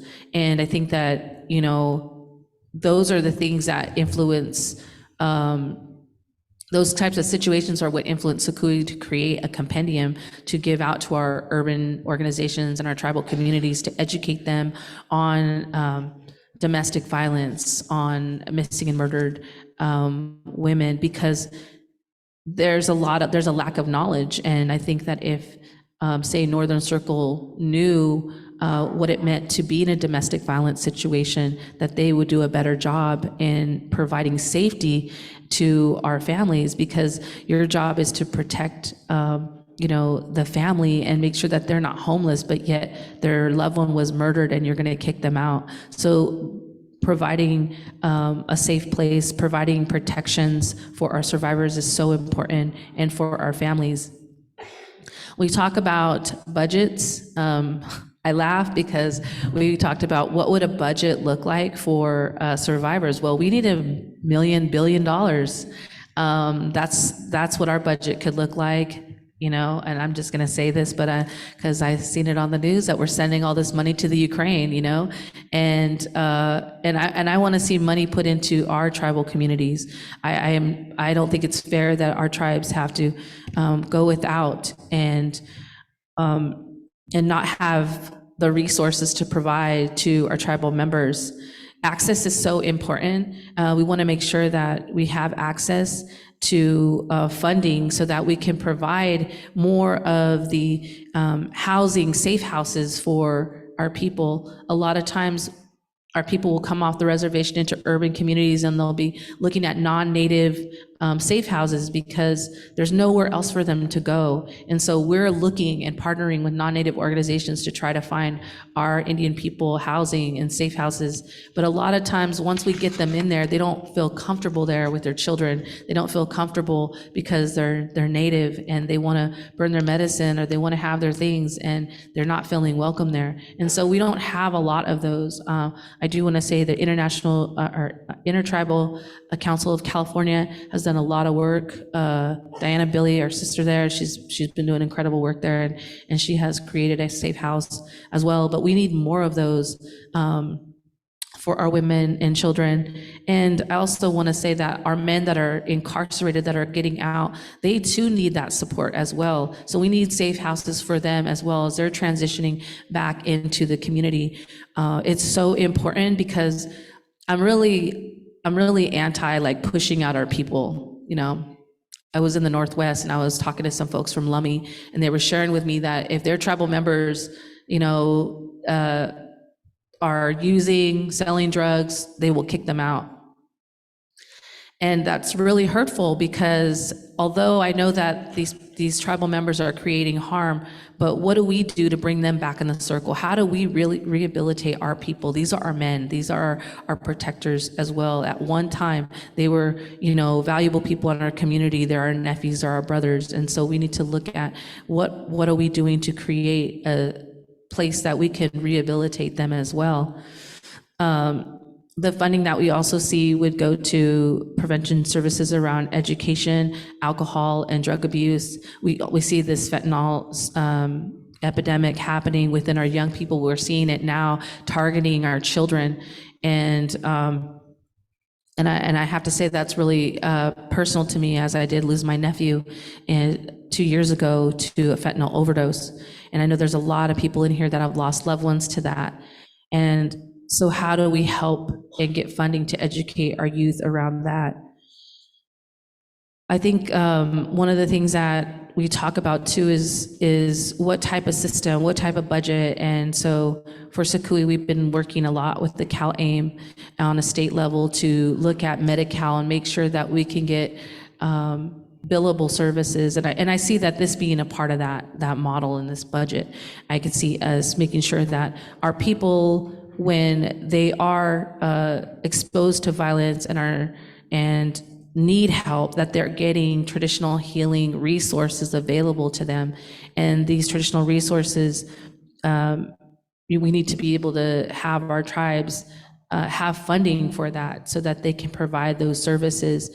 And, you know, in an urban community, we have many tribes that are in our urban communities. And so we often share and exchange and have cultural exchanges within our different practices. And I think that we need to go back to that as Indian people, that we need to go back to sharing and welcoming other folks in, so that if we have a survivor that needs traditional healing, that I can go to my sister, you know, up north and say, hey, you know, this survivor needs ceremony. Can you guys provide that for her? Or someone down south. And I think that those are the things that we're looking at within this kind of universal basic income plan. And my sister Morningstar will talk more about that.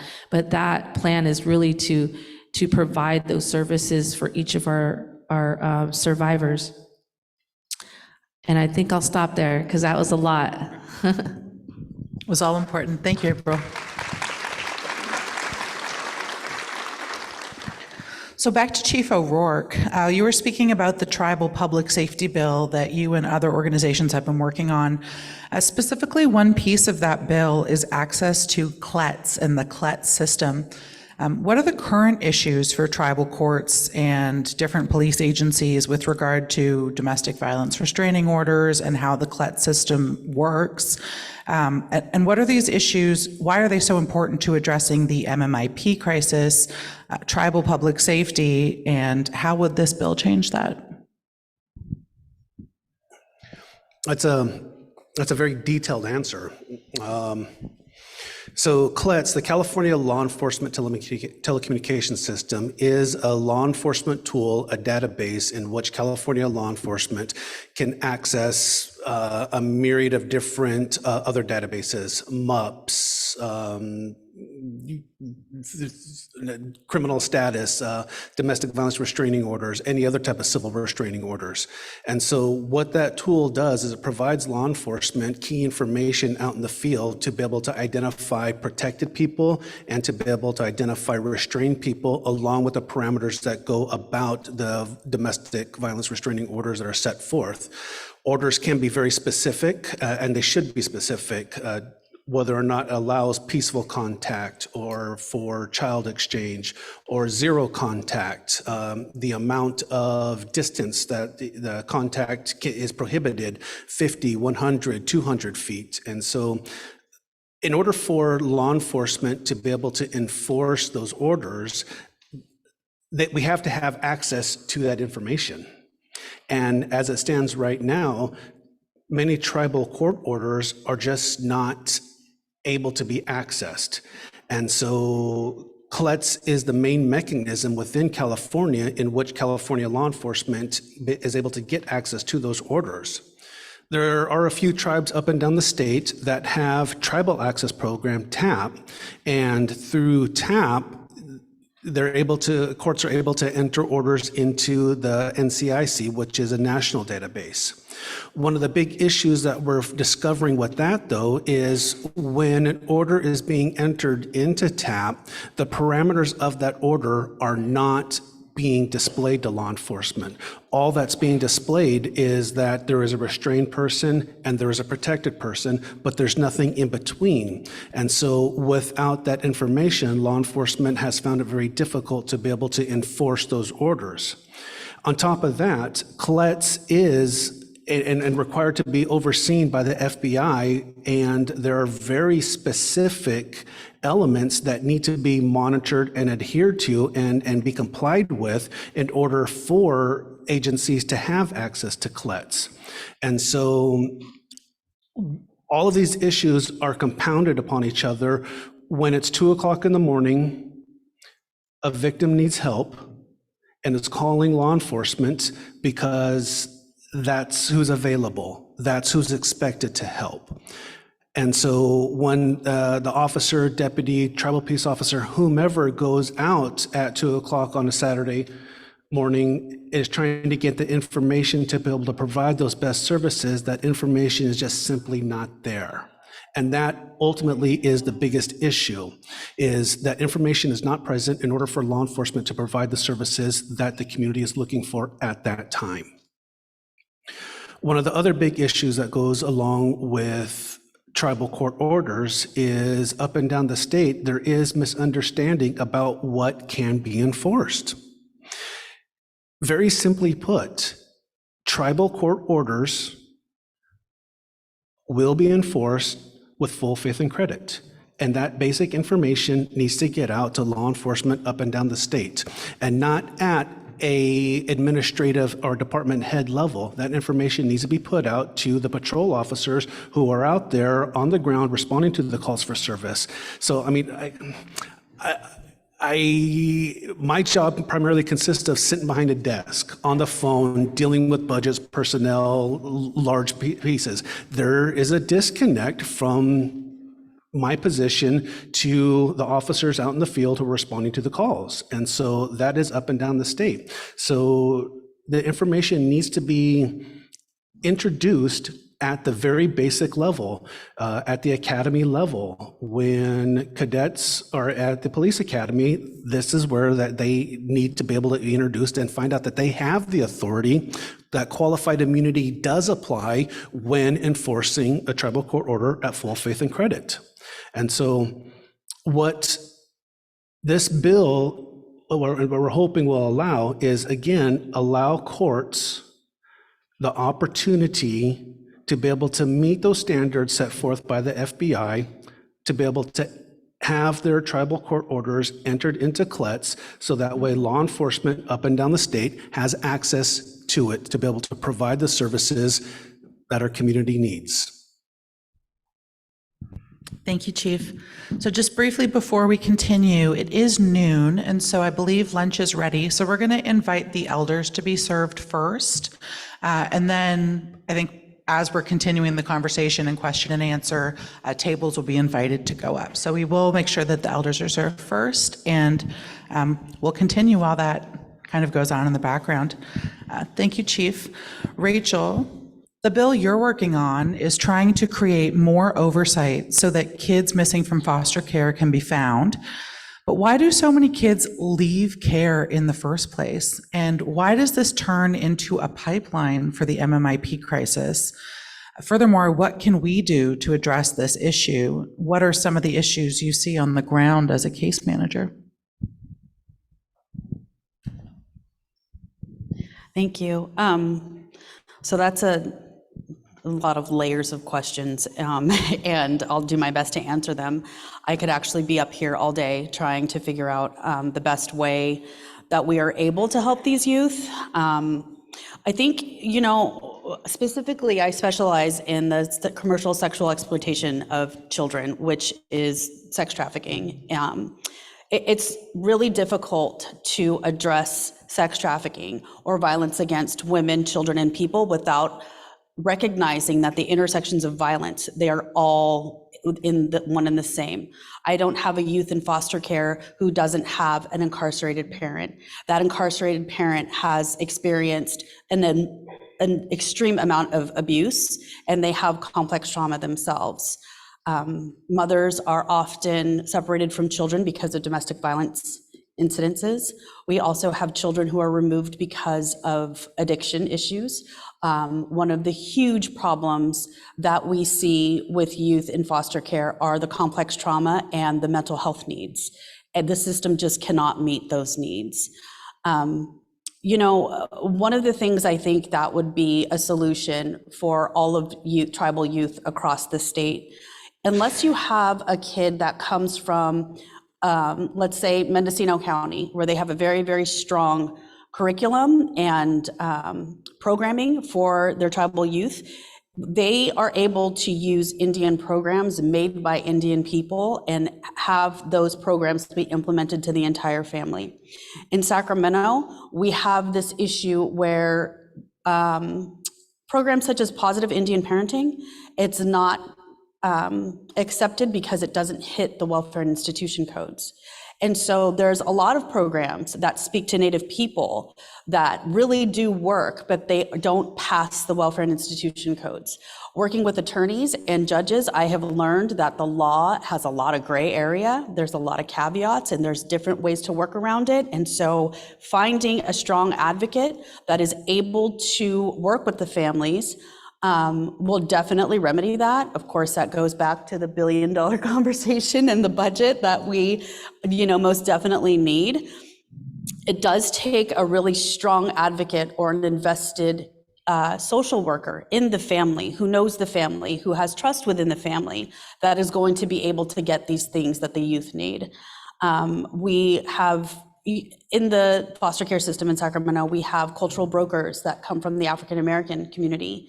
There aren't any for Natives. And, we would think that that would be a priority at the system level. There are significant problems within the system. I don't think, I've been providing direct services to Native families since 2017, since 2016 actually, and I still see all of these same issues. I'll share this. Many of the youth that I work with in foster care are crossover youth, which means if they run away from their placement, whether they're male or female, they will get a warrant that, will ping law enforcement to pick them up and to bring them back. Should that youth, let's say, be under the influence or not want to go or, have an attitude, that law enforcement officer will take them to juvenile hall. They will sit in juvenile hall for months and months and months until placement is found. What I know is that, youth on paper, they don't have this magnificent report card. So when they start to act out, all of these agencies and these group homes and even foster homes, they don't want these types of problems because they're not built and they don't have the support in order to welcome the families or the children. So what ends up happening is that they sit in juvenile hall for an extremely long time. When they're there, their Medi-Cal stops. And so they don't get access to therapists. They don't have access to any traditional healers. And I'll share this, when I moved up from Southern California, I was 12 years old, and my dad died a month prior to me moving.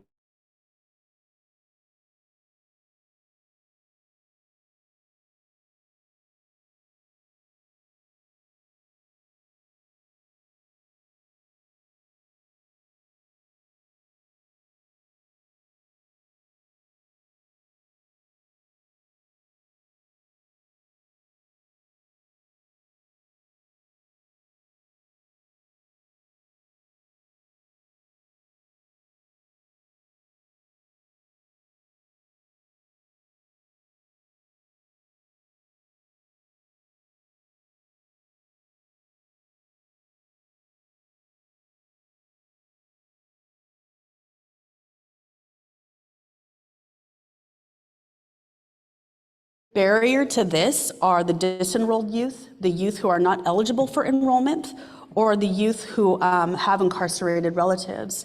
Again, it's going to take a strong attorney and social worker to see if that child is eligible. It takes a lot of time and a lot of commitment to enroll a child in a tribe that is on the East Coast because of the time, because of the weather, because of all of the things that go with the normal case management barriers. A lot of things aren't discussed or talked about because people typically don't do the work that long enough in order to figure out that these are the problems. I once was able to get a youth enrolled who was in a village in Alaska, and it took me 6 months to do that. 6 months. And, the youth and her family were victims of trafficking. I also see that the majority of the youth on my caseload who are victims of exploitation or who are currently being exploited have a significant history of child sexual abuse. And that is something that is they're already groomed when they come into the system. So it's very familiar to get caught up in that when you have an exploiter who is coming in and preying on the children. My personal opinion, I believe that youth in foster care are hunted because nobody looks for them. They are the most vulnerable population because their identities have to be concealed. We only know about them on social media. We only know about them because they're our sisters' children, our mother's children, or part of our communities. A huge, huge barrier, which I've heard a lot of people talk about today, is fentanyl and the MAT treatment. Harm reduction is something that is not popular. People are barely getting onto this. But what we do know is that the education and distribution of Narcan to these young relatives are saving their lives. That is not approved by social services. They don't want the liability. So your social worker isn't going to sign you up to get Narcan or Suboxone. This is literally saving the lives of our youth. In the past year, I have lost 3 clients to fentanyl poisoning. And it is incredibly devastating because it is, somebody that you talk to every single day and all of a sudden they're no longer there. It's even more devastating when they don't have the family members to come to support them when they're buried at their funerals. One of the biggest things, the biggest barriers and invisible population are the boys. And I'm talking about the cisgender heterosexual boys who are sexually abused, who have been raped, who have been assaulted, who are too embarrassed to discuss this with any female, let alone male, right? And what happens with them is they act out differently. Their trauma looks different, and so their behavior is very violent. What ends up happening with these boys is they are criminalized and they are put away and they're sent to detention centers longer than they're supposed to be. In those detention centers, they don't get the resources and the help that they need. One other thing I will say is moving youth out of county. When I have a kid who is from Sacramento and she is sent to a group home in San Diego, all of a sudden she will go missing and nobody knows where she's at. She will travel the states, the United States, and be picked up in another state. The amount of danger that that puts her little life in, trying to get home from San Diego to Sacramento to get to her safe places, is unspeakable. The things that happen to these children should not even be discussed, and it's incredibly difficult for them to even acknowledge that it's something that needs to be in the healing process at some point in their life. And I'll end with this. There are a lot of our grandparents and elder relatives who have youth in foster care that are approved ICWA homes or cultural homes. And this is an example of active efforts or lack thereof. One of our families that I've worked with in the past, mom took her own life and she was an enrolled tribal member. And so her children were sent home with dad's parents. Dad's parents are from Mexico and they are Spanish speaking only. And the children speak Spanish. But when the family goes to court, there's not always a translator who's there. The tribe isn't always there. And so these youth were in the care of the grandparents for 2 years. And for 2 years, both of those children slept on air mattresses. It is the duty of the social worker to get beds for those children if they're going to place them in these homes, regardless of what homes that they're in. And, you know, the social worker didn't go into the room. She didn't really check out what was happening. From this specific scenario, when the basic needs are not met, these youth leave placement and they go get whatever it is that they need in order to make their life work, in order to be comfortable. You know, we always say we can do better, but we have to start doing better. And active efforts should be implemented from every single person, whether it's a non-native child or a native child. Thank you. Thank you so much, Rachel. Our next question's for April. Traditional healing is very important for survivors and their families, but Native people often do not have access to traditional healing. Why is that, and what can be done to ensure that people have access to these healing services? So I touched base a little bit about some of the work that Sakui does about connecting our families with traditional healing practices.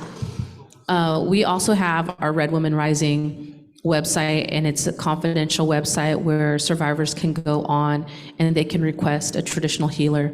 And so what we do is we have our partnerships throughout California, and we refer our survivors out to those partnerships so that they can get the traditional healing services that they are seeking.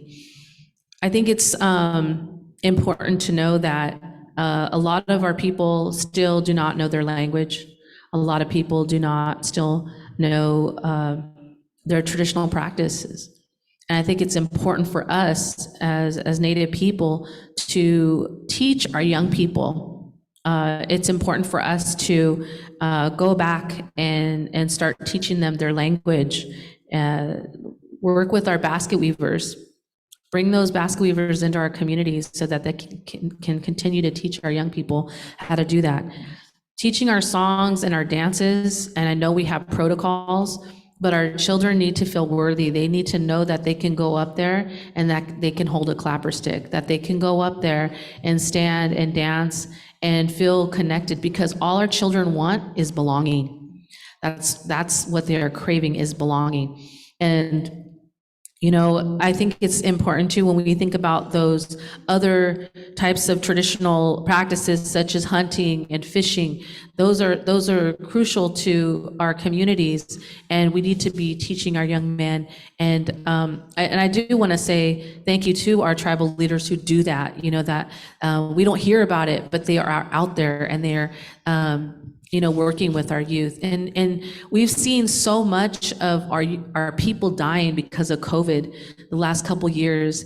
And it was really, it breaks my heart, because my son is only 15 years old and he had to step up and he had to take on those responsibilities of burying his uncle, you know. And I was really fortunate to have a tribal leader step in and show these young men and what those protocols are to bury our people. But those are things that need to happen.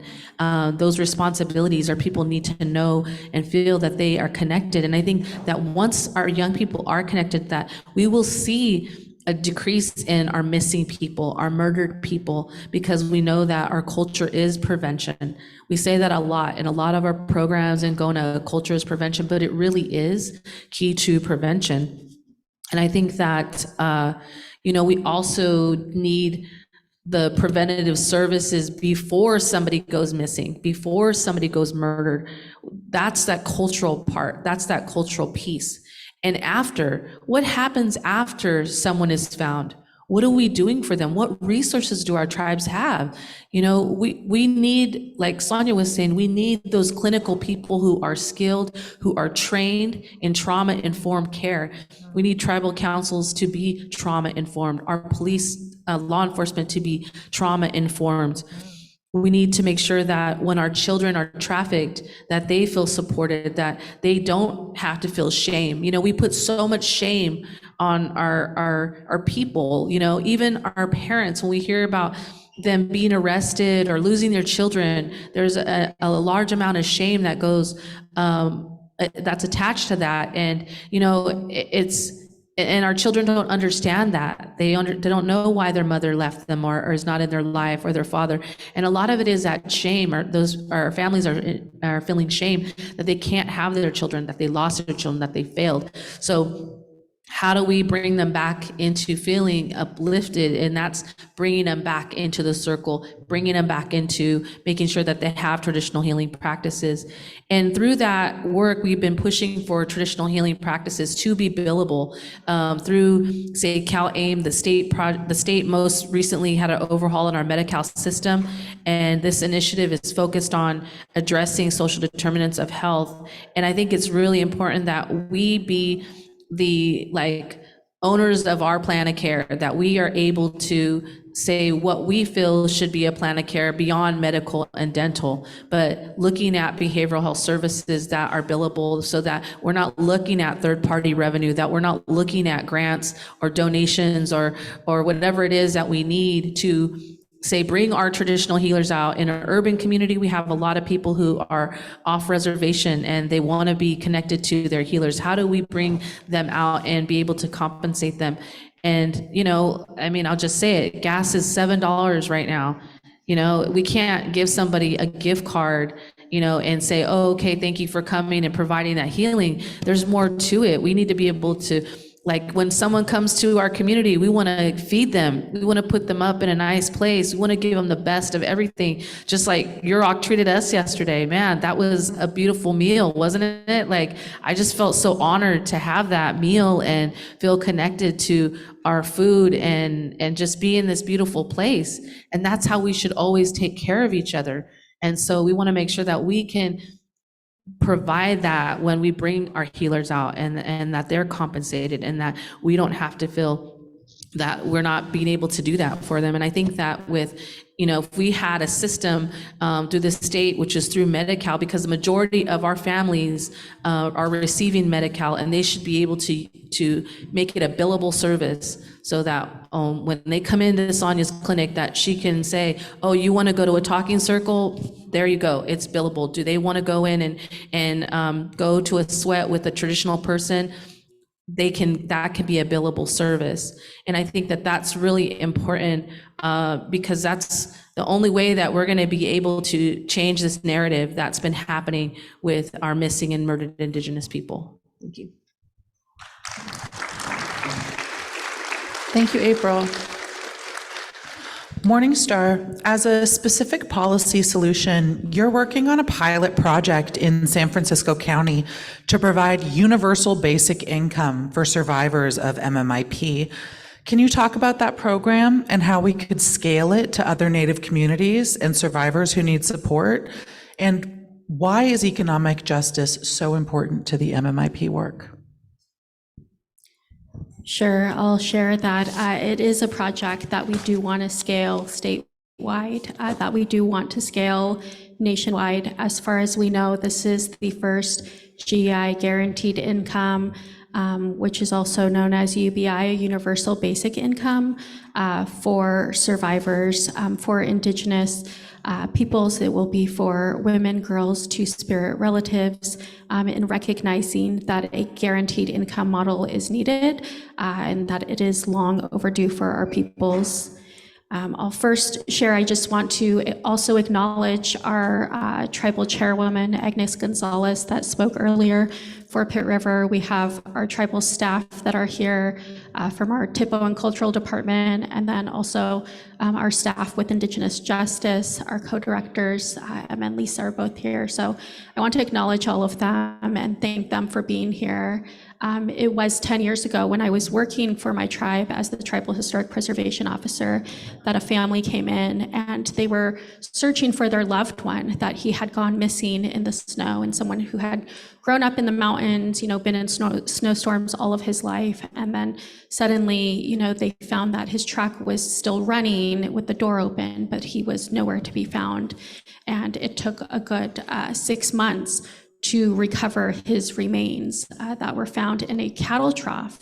And so we understand my tribal lands for Pitt River span a 4-county area of Shasta, Lassen, Siskiyou, and Modoc counties. And the response is very, very slow, if at all. And so we recognize that, in that 10 years ago to 2 years ago, where the individual who had served on tribal council, who was a friend and relative of mine, came in looking for his brother, asking for support. It was the first time, for myself, making the missing persons flyers, learning what it was to conduct a grid search, learning to gather, a search team together, knowing that we couldn't rely on those local law enforcement efforts. And I say that because California state police industries are a $20 billion industry. And so we have $6.2 billion for county and $2.5 billion for CHP. And so when they say that there's not enough resources in Shasta County, for example, when there was the all-out search for Sherry Papini, who was just convicted of staging her own disappearance and now has to serve 6 months, within county jail. But for our tribal members, that support did not show up. For Khadijah's grandparents, to have a Mendocino County Sheriff officer show up with a paper and a pen, the following day to take down a report of her going missing. When we say that these are, million and billion dollar budgets, it really is minimal when it comes to the efforts that are and the resources that our tribes have in those searches. And so it was in partnership with Sikui that we have, at the time, my project has a fiscal sponsorship, and our fiscal sponsor, we are not able to accept state and federal funding. And so we now have our own C3 through Indigenous Justice. So please visit Indigenous Justice for more information. And we're happy, to provide that support, but it was through the director on the status of women for the city and county of San Francisco. And she called me one day just out of the blue and said, what would you like to see for Native women, recognizing that San Francisco County has the 5th largest population for missing and murdered Indigenous women, that California as a state is also number 5. And so she said, what is it that you would like to see? And I said, this is what we want. We want a guaranteed income. I don't want to be in, with all respect, and very grateful to be here, but I don't want to be in a room with all of you in 10 years talking about, we don't know what the solutions are and we don't know what the intersections are, because we're sharing them here. We work directly with the families. We understand that, the support, the cultural factors that April spoke of, that is what's missing. We directly take relatives, to ceremony. We directly support the family reunification efforts, within ceremony, driving them myself many times to make sure that is occurring. And so through that economic justice support, it was through receiving a $150,000 grant that will be routed through Sikui for the 10 survivors, and it will be a year-long pilot project where we will be providing those survivors with those wraparound services, with those trauma-informed services. So it will look like financial literacy training, it will look like transportation support, it will look like access to ceremony and ceremony foods. We provide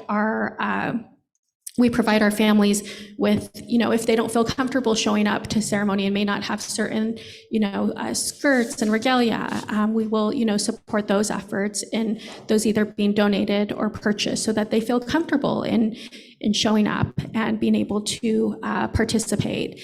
And so, and I'll also just share that the living wage in San Francisco for a single person is $30 an hour. So when you add a child, it doubles that, triples to 75 with 2 children. For a single person to survive in San Francisco, the living wage is $99.53. And so, just having that small amount of support to know that they can make their rent the next month, to know that they'll have a little bit of extra, resources to make it to ceremony, to be able to make it through, through the month and be able to care for themselves is a protective factor when it comes to issues around addiction, issues around recovery, and I would very much like to see this piloted in other areas. They are available to help support, so if you are interested in that, I would like to see this in every county, and I would also like to see it tribally led throughout the county because that funding is available. So it is through the State Department, California State Department on the status of women, and every county has one. And so I'll lastly end with, it was mentioned earlier about the pipelines, and that, we fight pipelines. Pipelines are extractive energy and extractive resources. And so we say pathways to care, pathways to healing, pathways to justice. And I'll just end there. Tolokoitu.com, all my relations. Thank you, Morningstar. Sonia, how can California's Native people and their issues get more visibility at a national level and as part of national MMIP work? Do you have any thoughts you could share on that?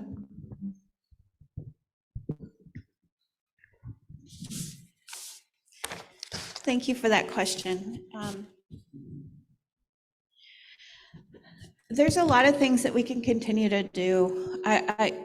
As we are establishing the commission, bringing the stories and the information that we learned here today and ensuring that our commission is hearing that information, being able to share I keep wanting to call it a white paper, but the policy report that was written on behalf of the tribe, and sharing all of those recommendations and ensuring that they're put into the record so that there's information that we can point back to say, we heard directly from the tribes in these communities where this is happening.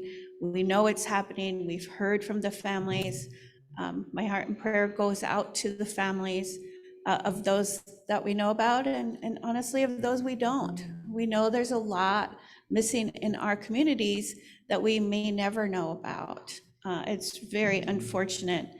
I think it's also would be great to get a request that I could also take back, maybe from the tribal chairman or Judge Abby, that says we would like for the hearing to be here.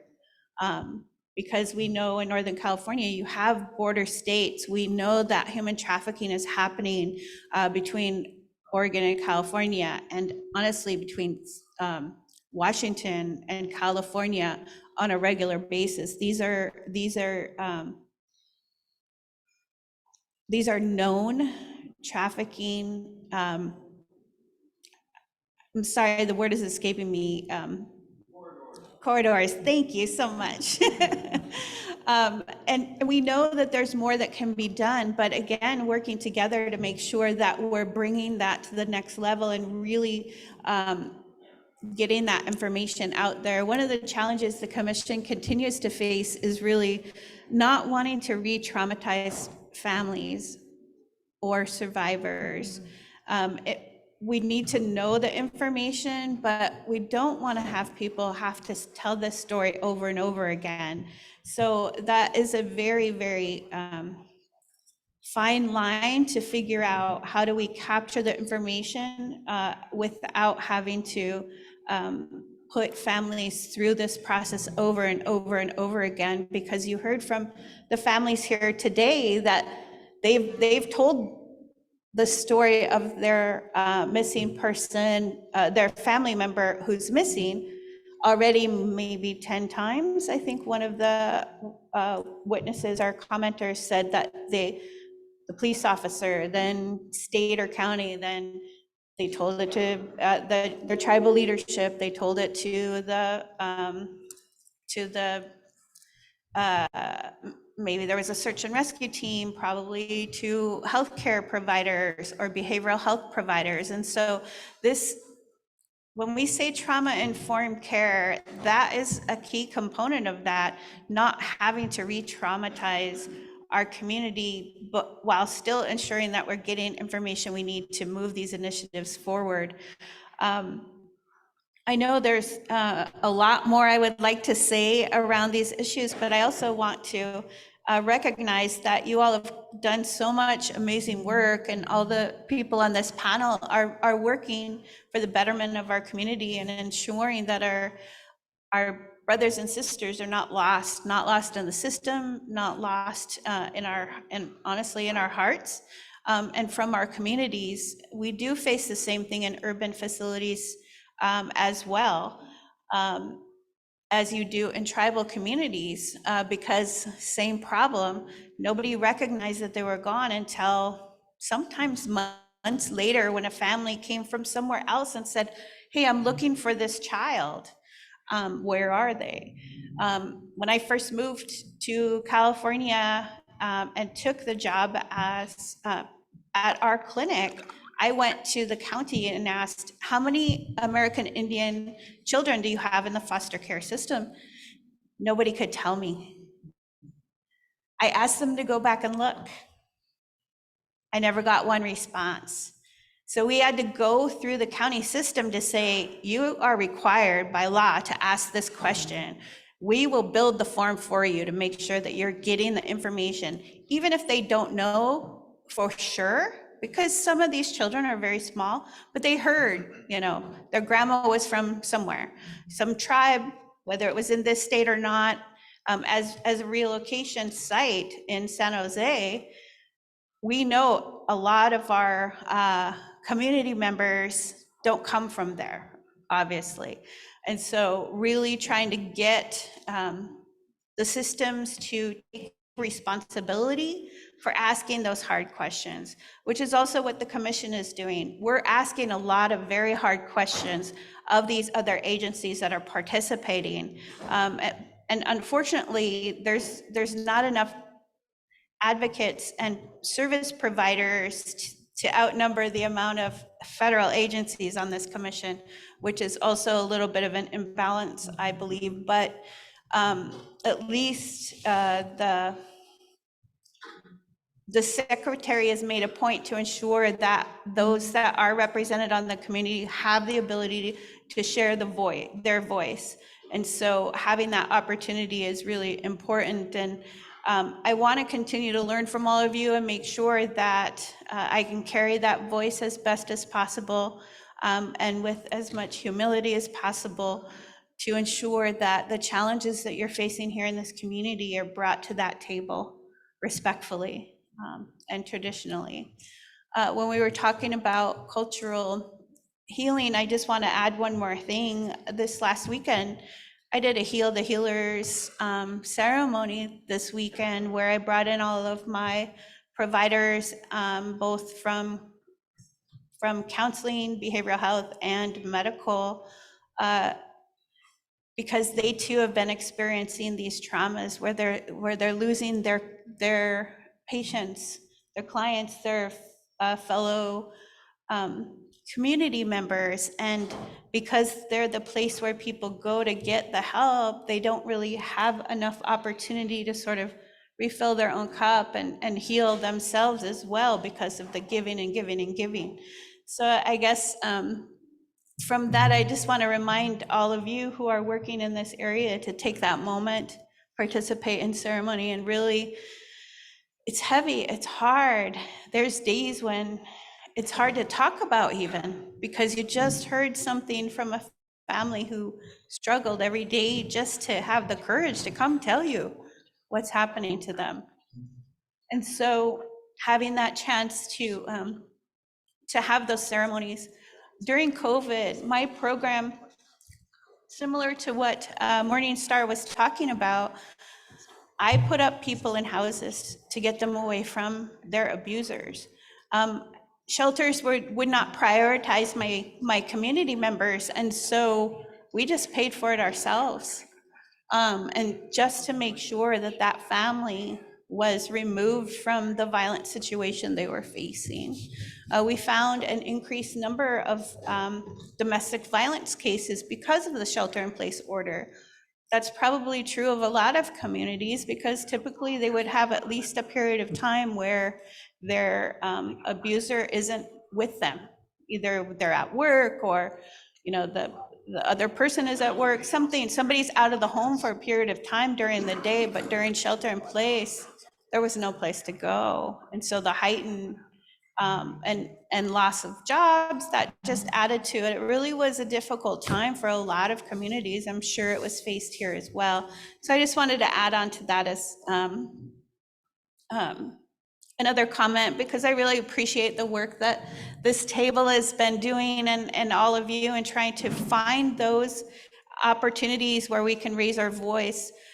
So I guess my best thing is, please continue to talk. Keep bringing it forward. Let's have more conversations to make sure that the information gained from today is not just another report that sits on somebody's desk. We need to take the actions, the recommendations, and the information forward to say, this is what we're hearing. We know it's true. We heard it from families. We heard it from leadership. We heard it from law enforcement. We heard it from judicial. We know it's happening. We just need to tie it together and fix.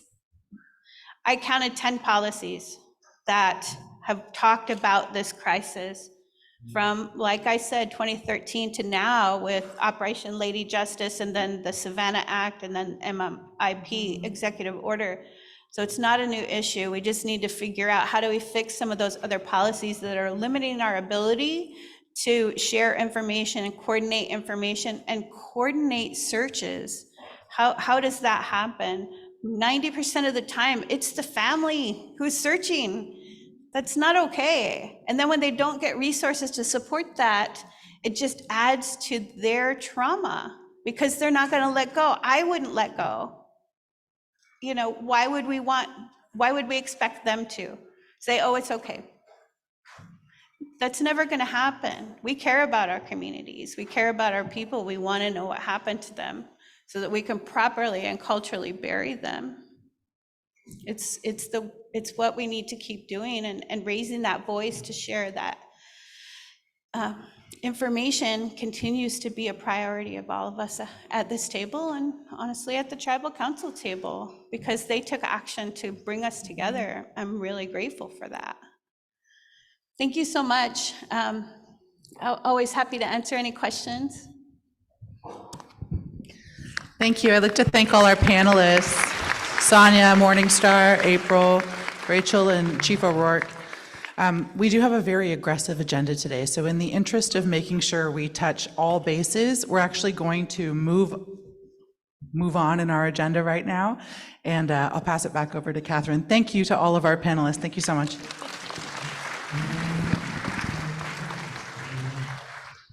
Hi, so we do have a lunch hour now, or hour and a half, though there's some entertainment and discussion. So we want to give folks the time to eat. We did have an extraordinary number of folks that came in that weren't registered. So I do want to ask to everyone to please don't get a second round. We have many people who have not had a first. And to anyone that hasn't yet had food service, please do help yourself. The food is in the back of the room. And we'll take a few minutes, network, communicate, chat with each other. We now have time for that. And then we'll welcome the bird singers.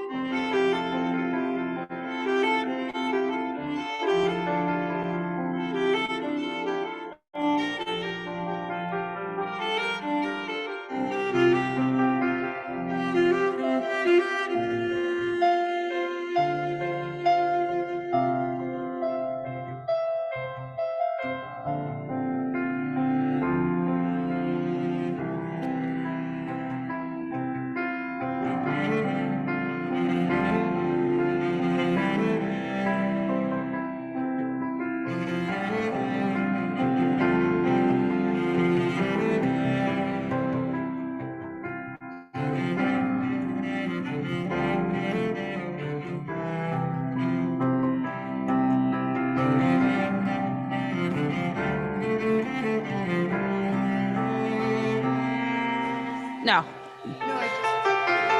Good afternoon, everybody. My name is B'nai Kalak Miriam Joshua Ikhwan. I am the president to the Strong-Hearted Native Women's Coalition, and I'm also part of the Intertribal Bird Singers. But I really do appreciate the discussion that's happening today, especially because as tribal people, as community leaders, as tribal leaders, we wear several different hats.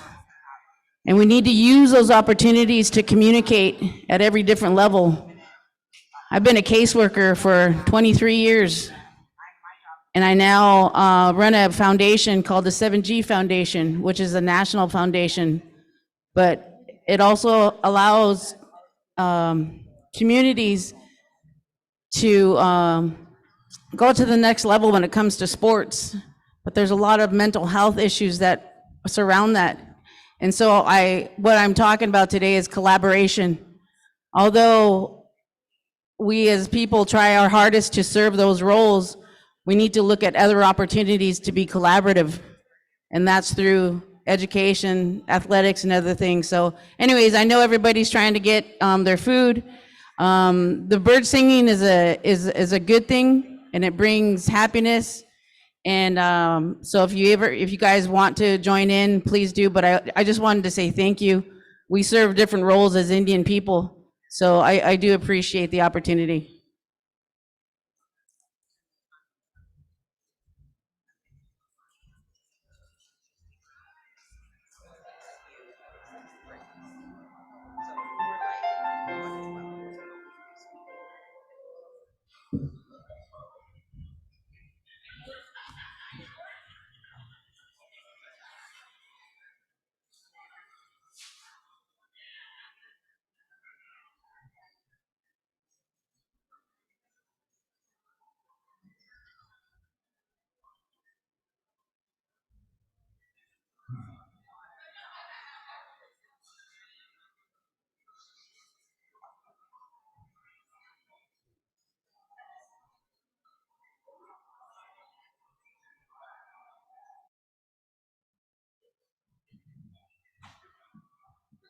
Testing, testing.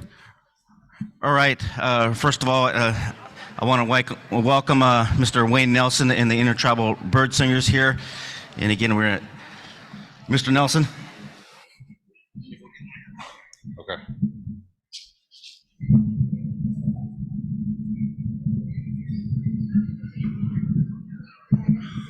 Hello, hello. We're the Intertribal Bird Singers of Southern California. We're from various tribes throughout San Diego County, Riverside County.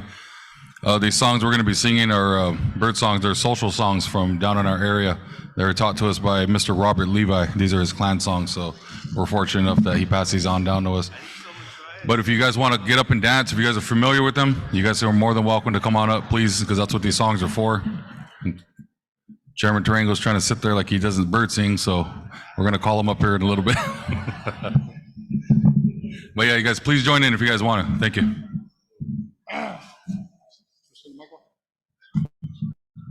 Should we just turn it off?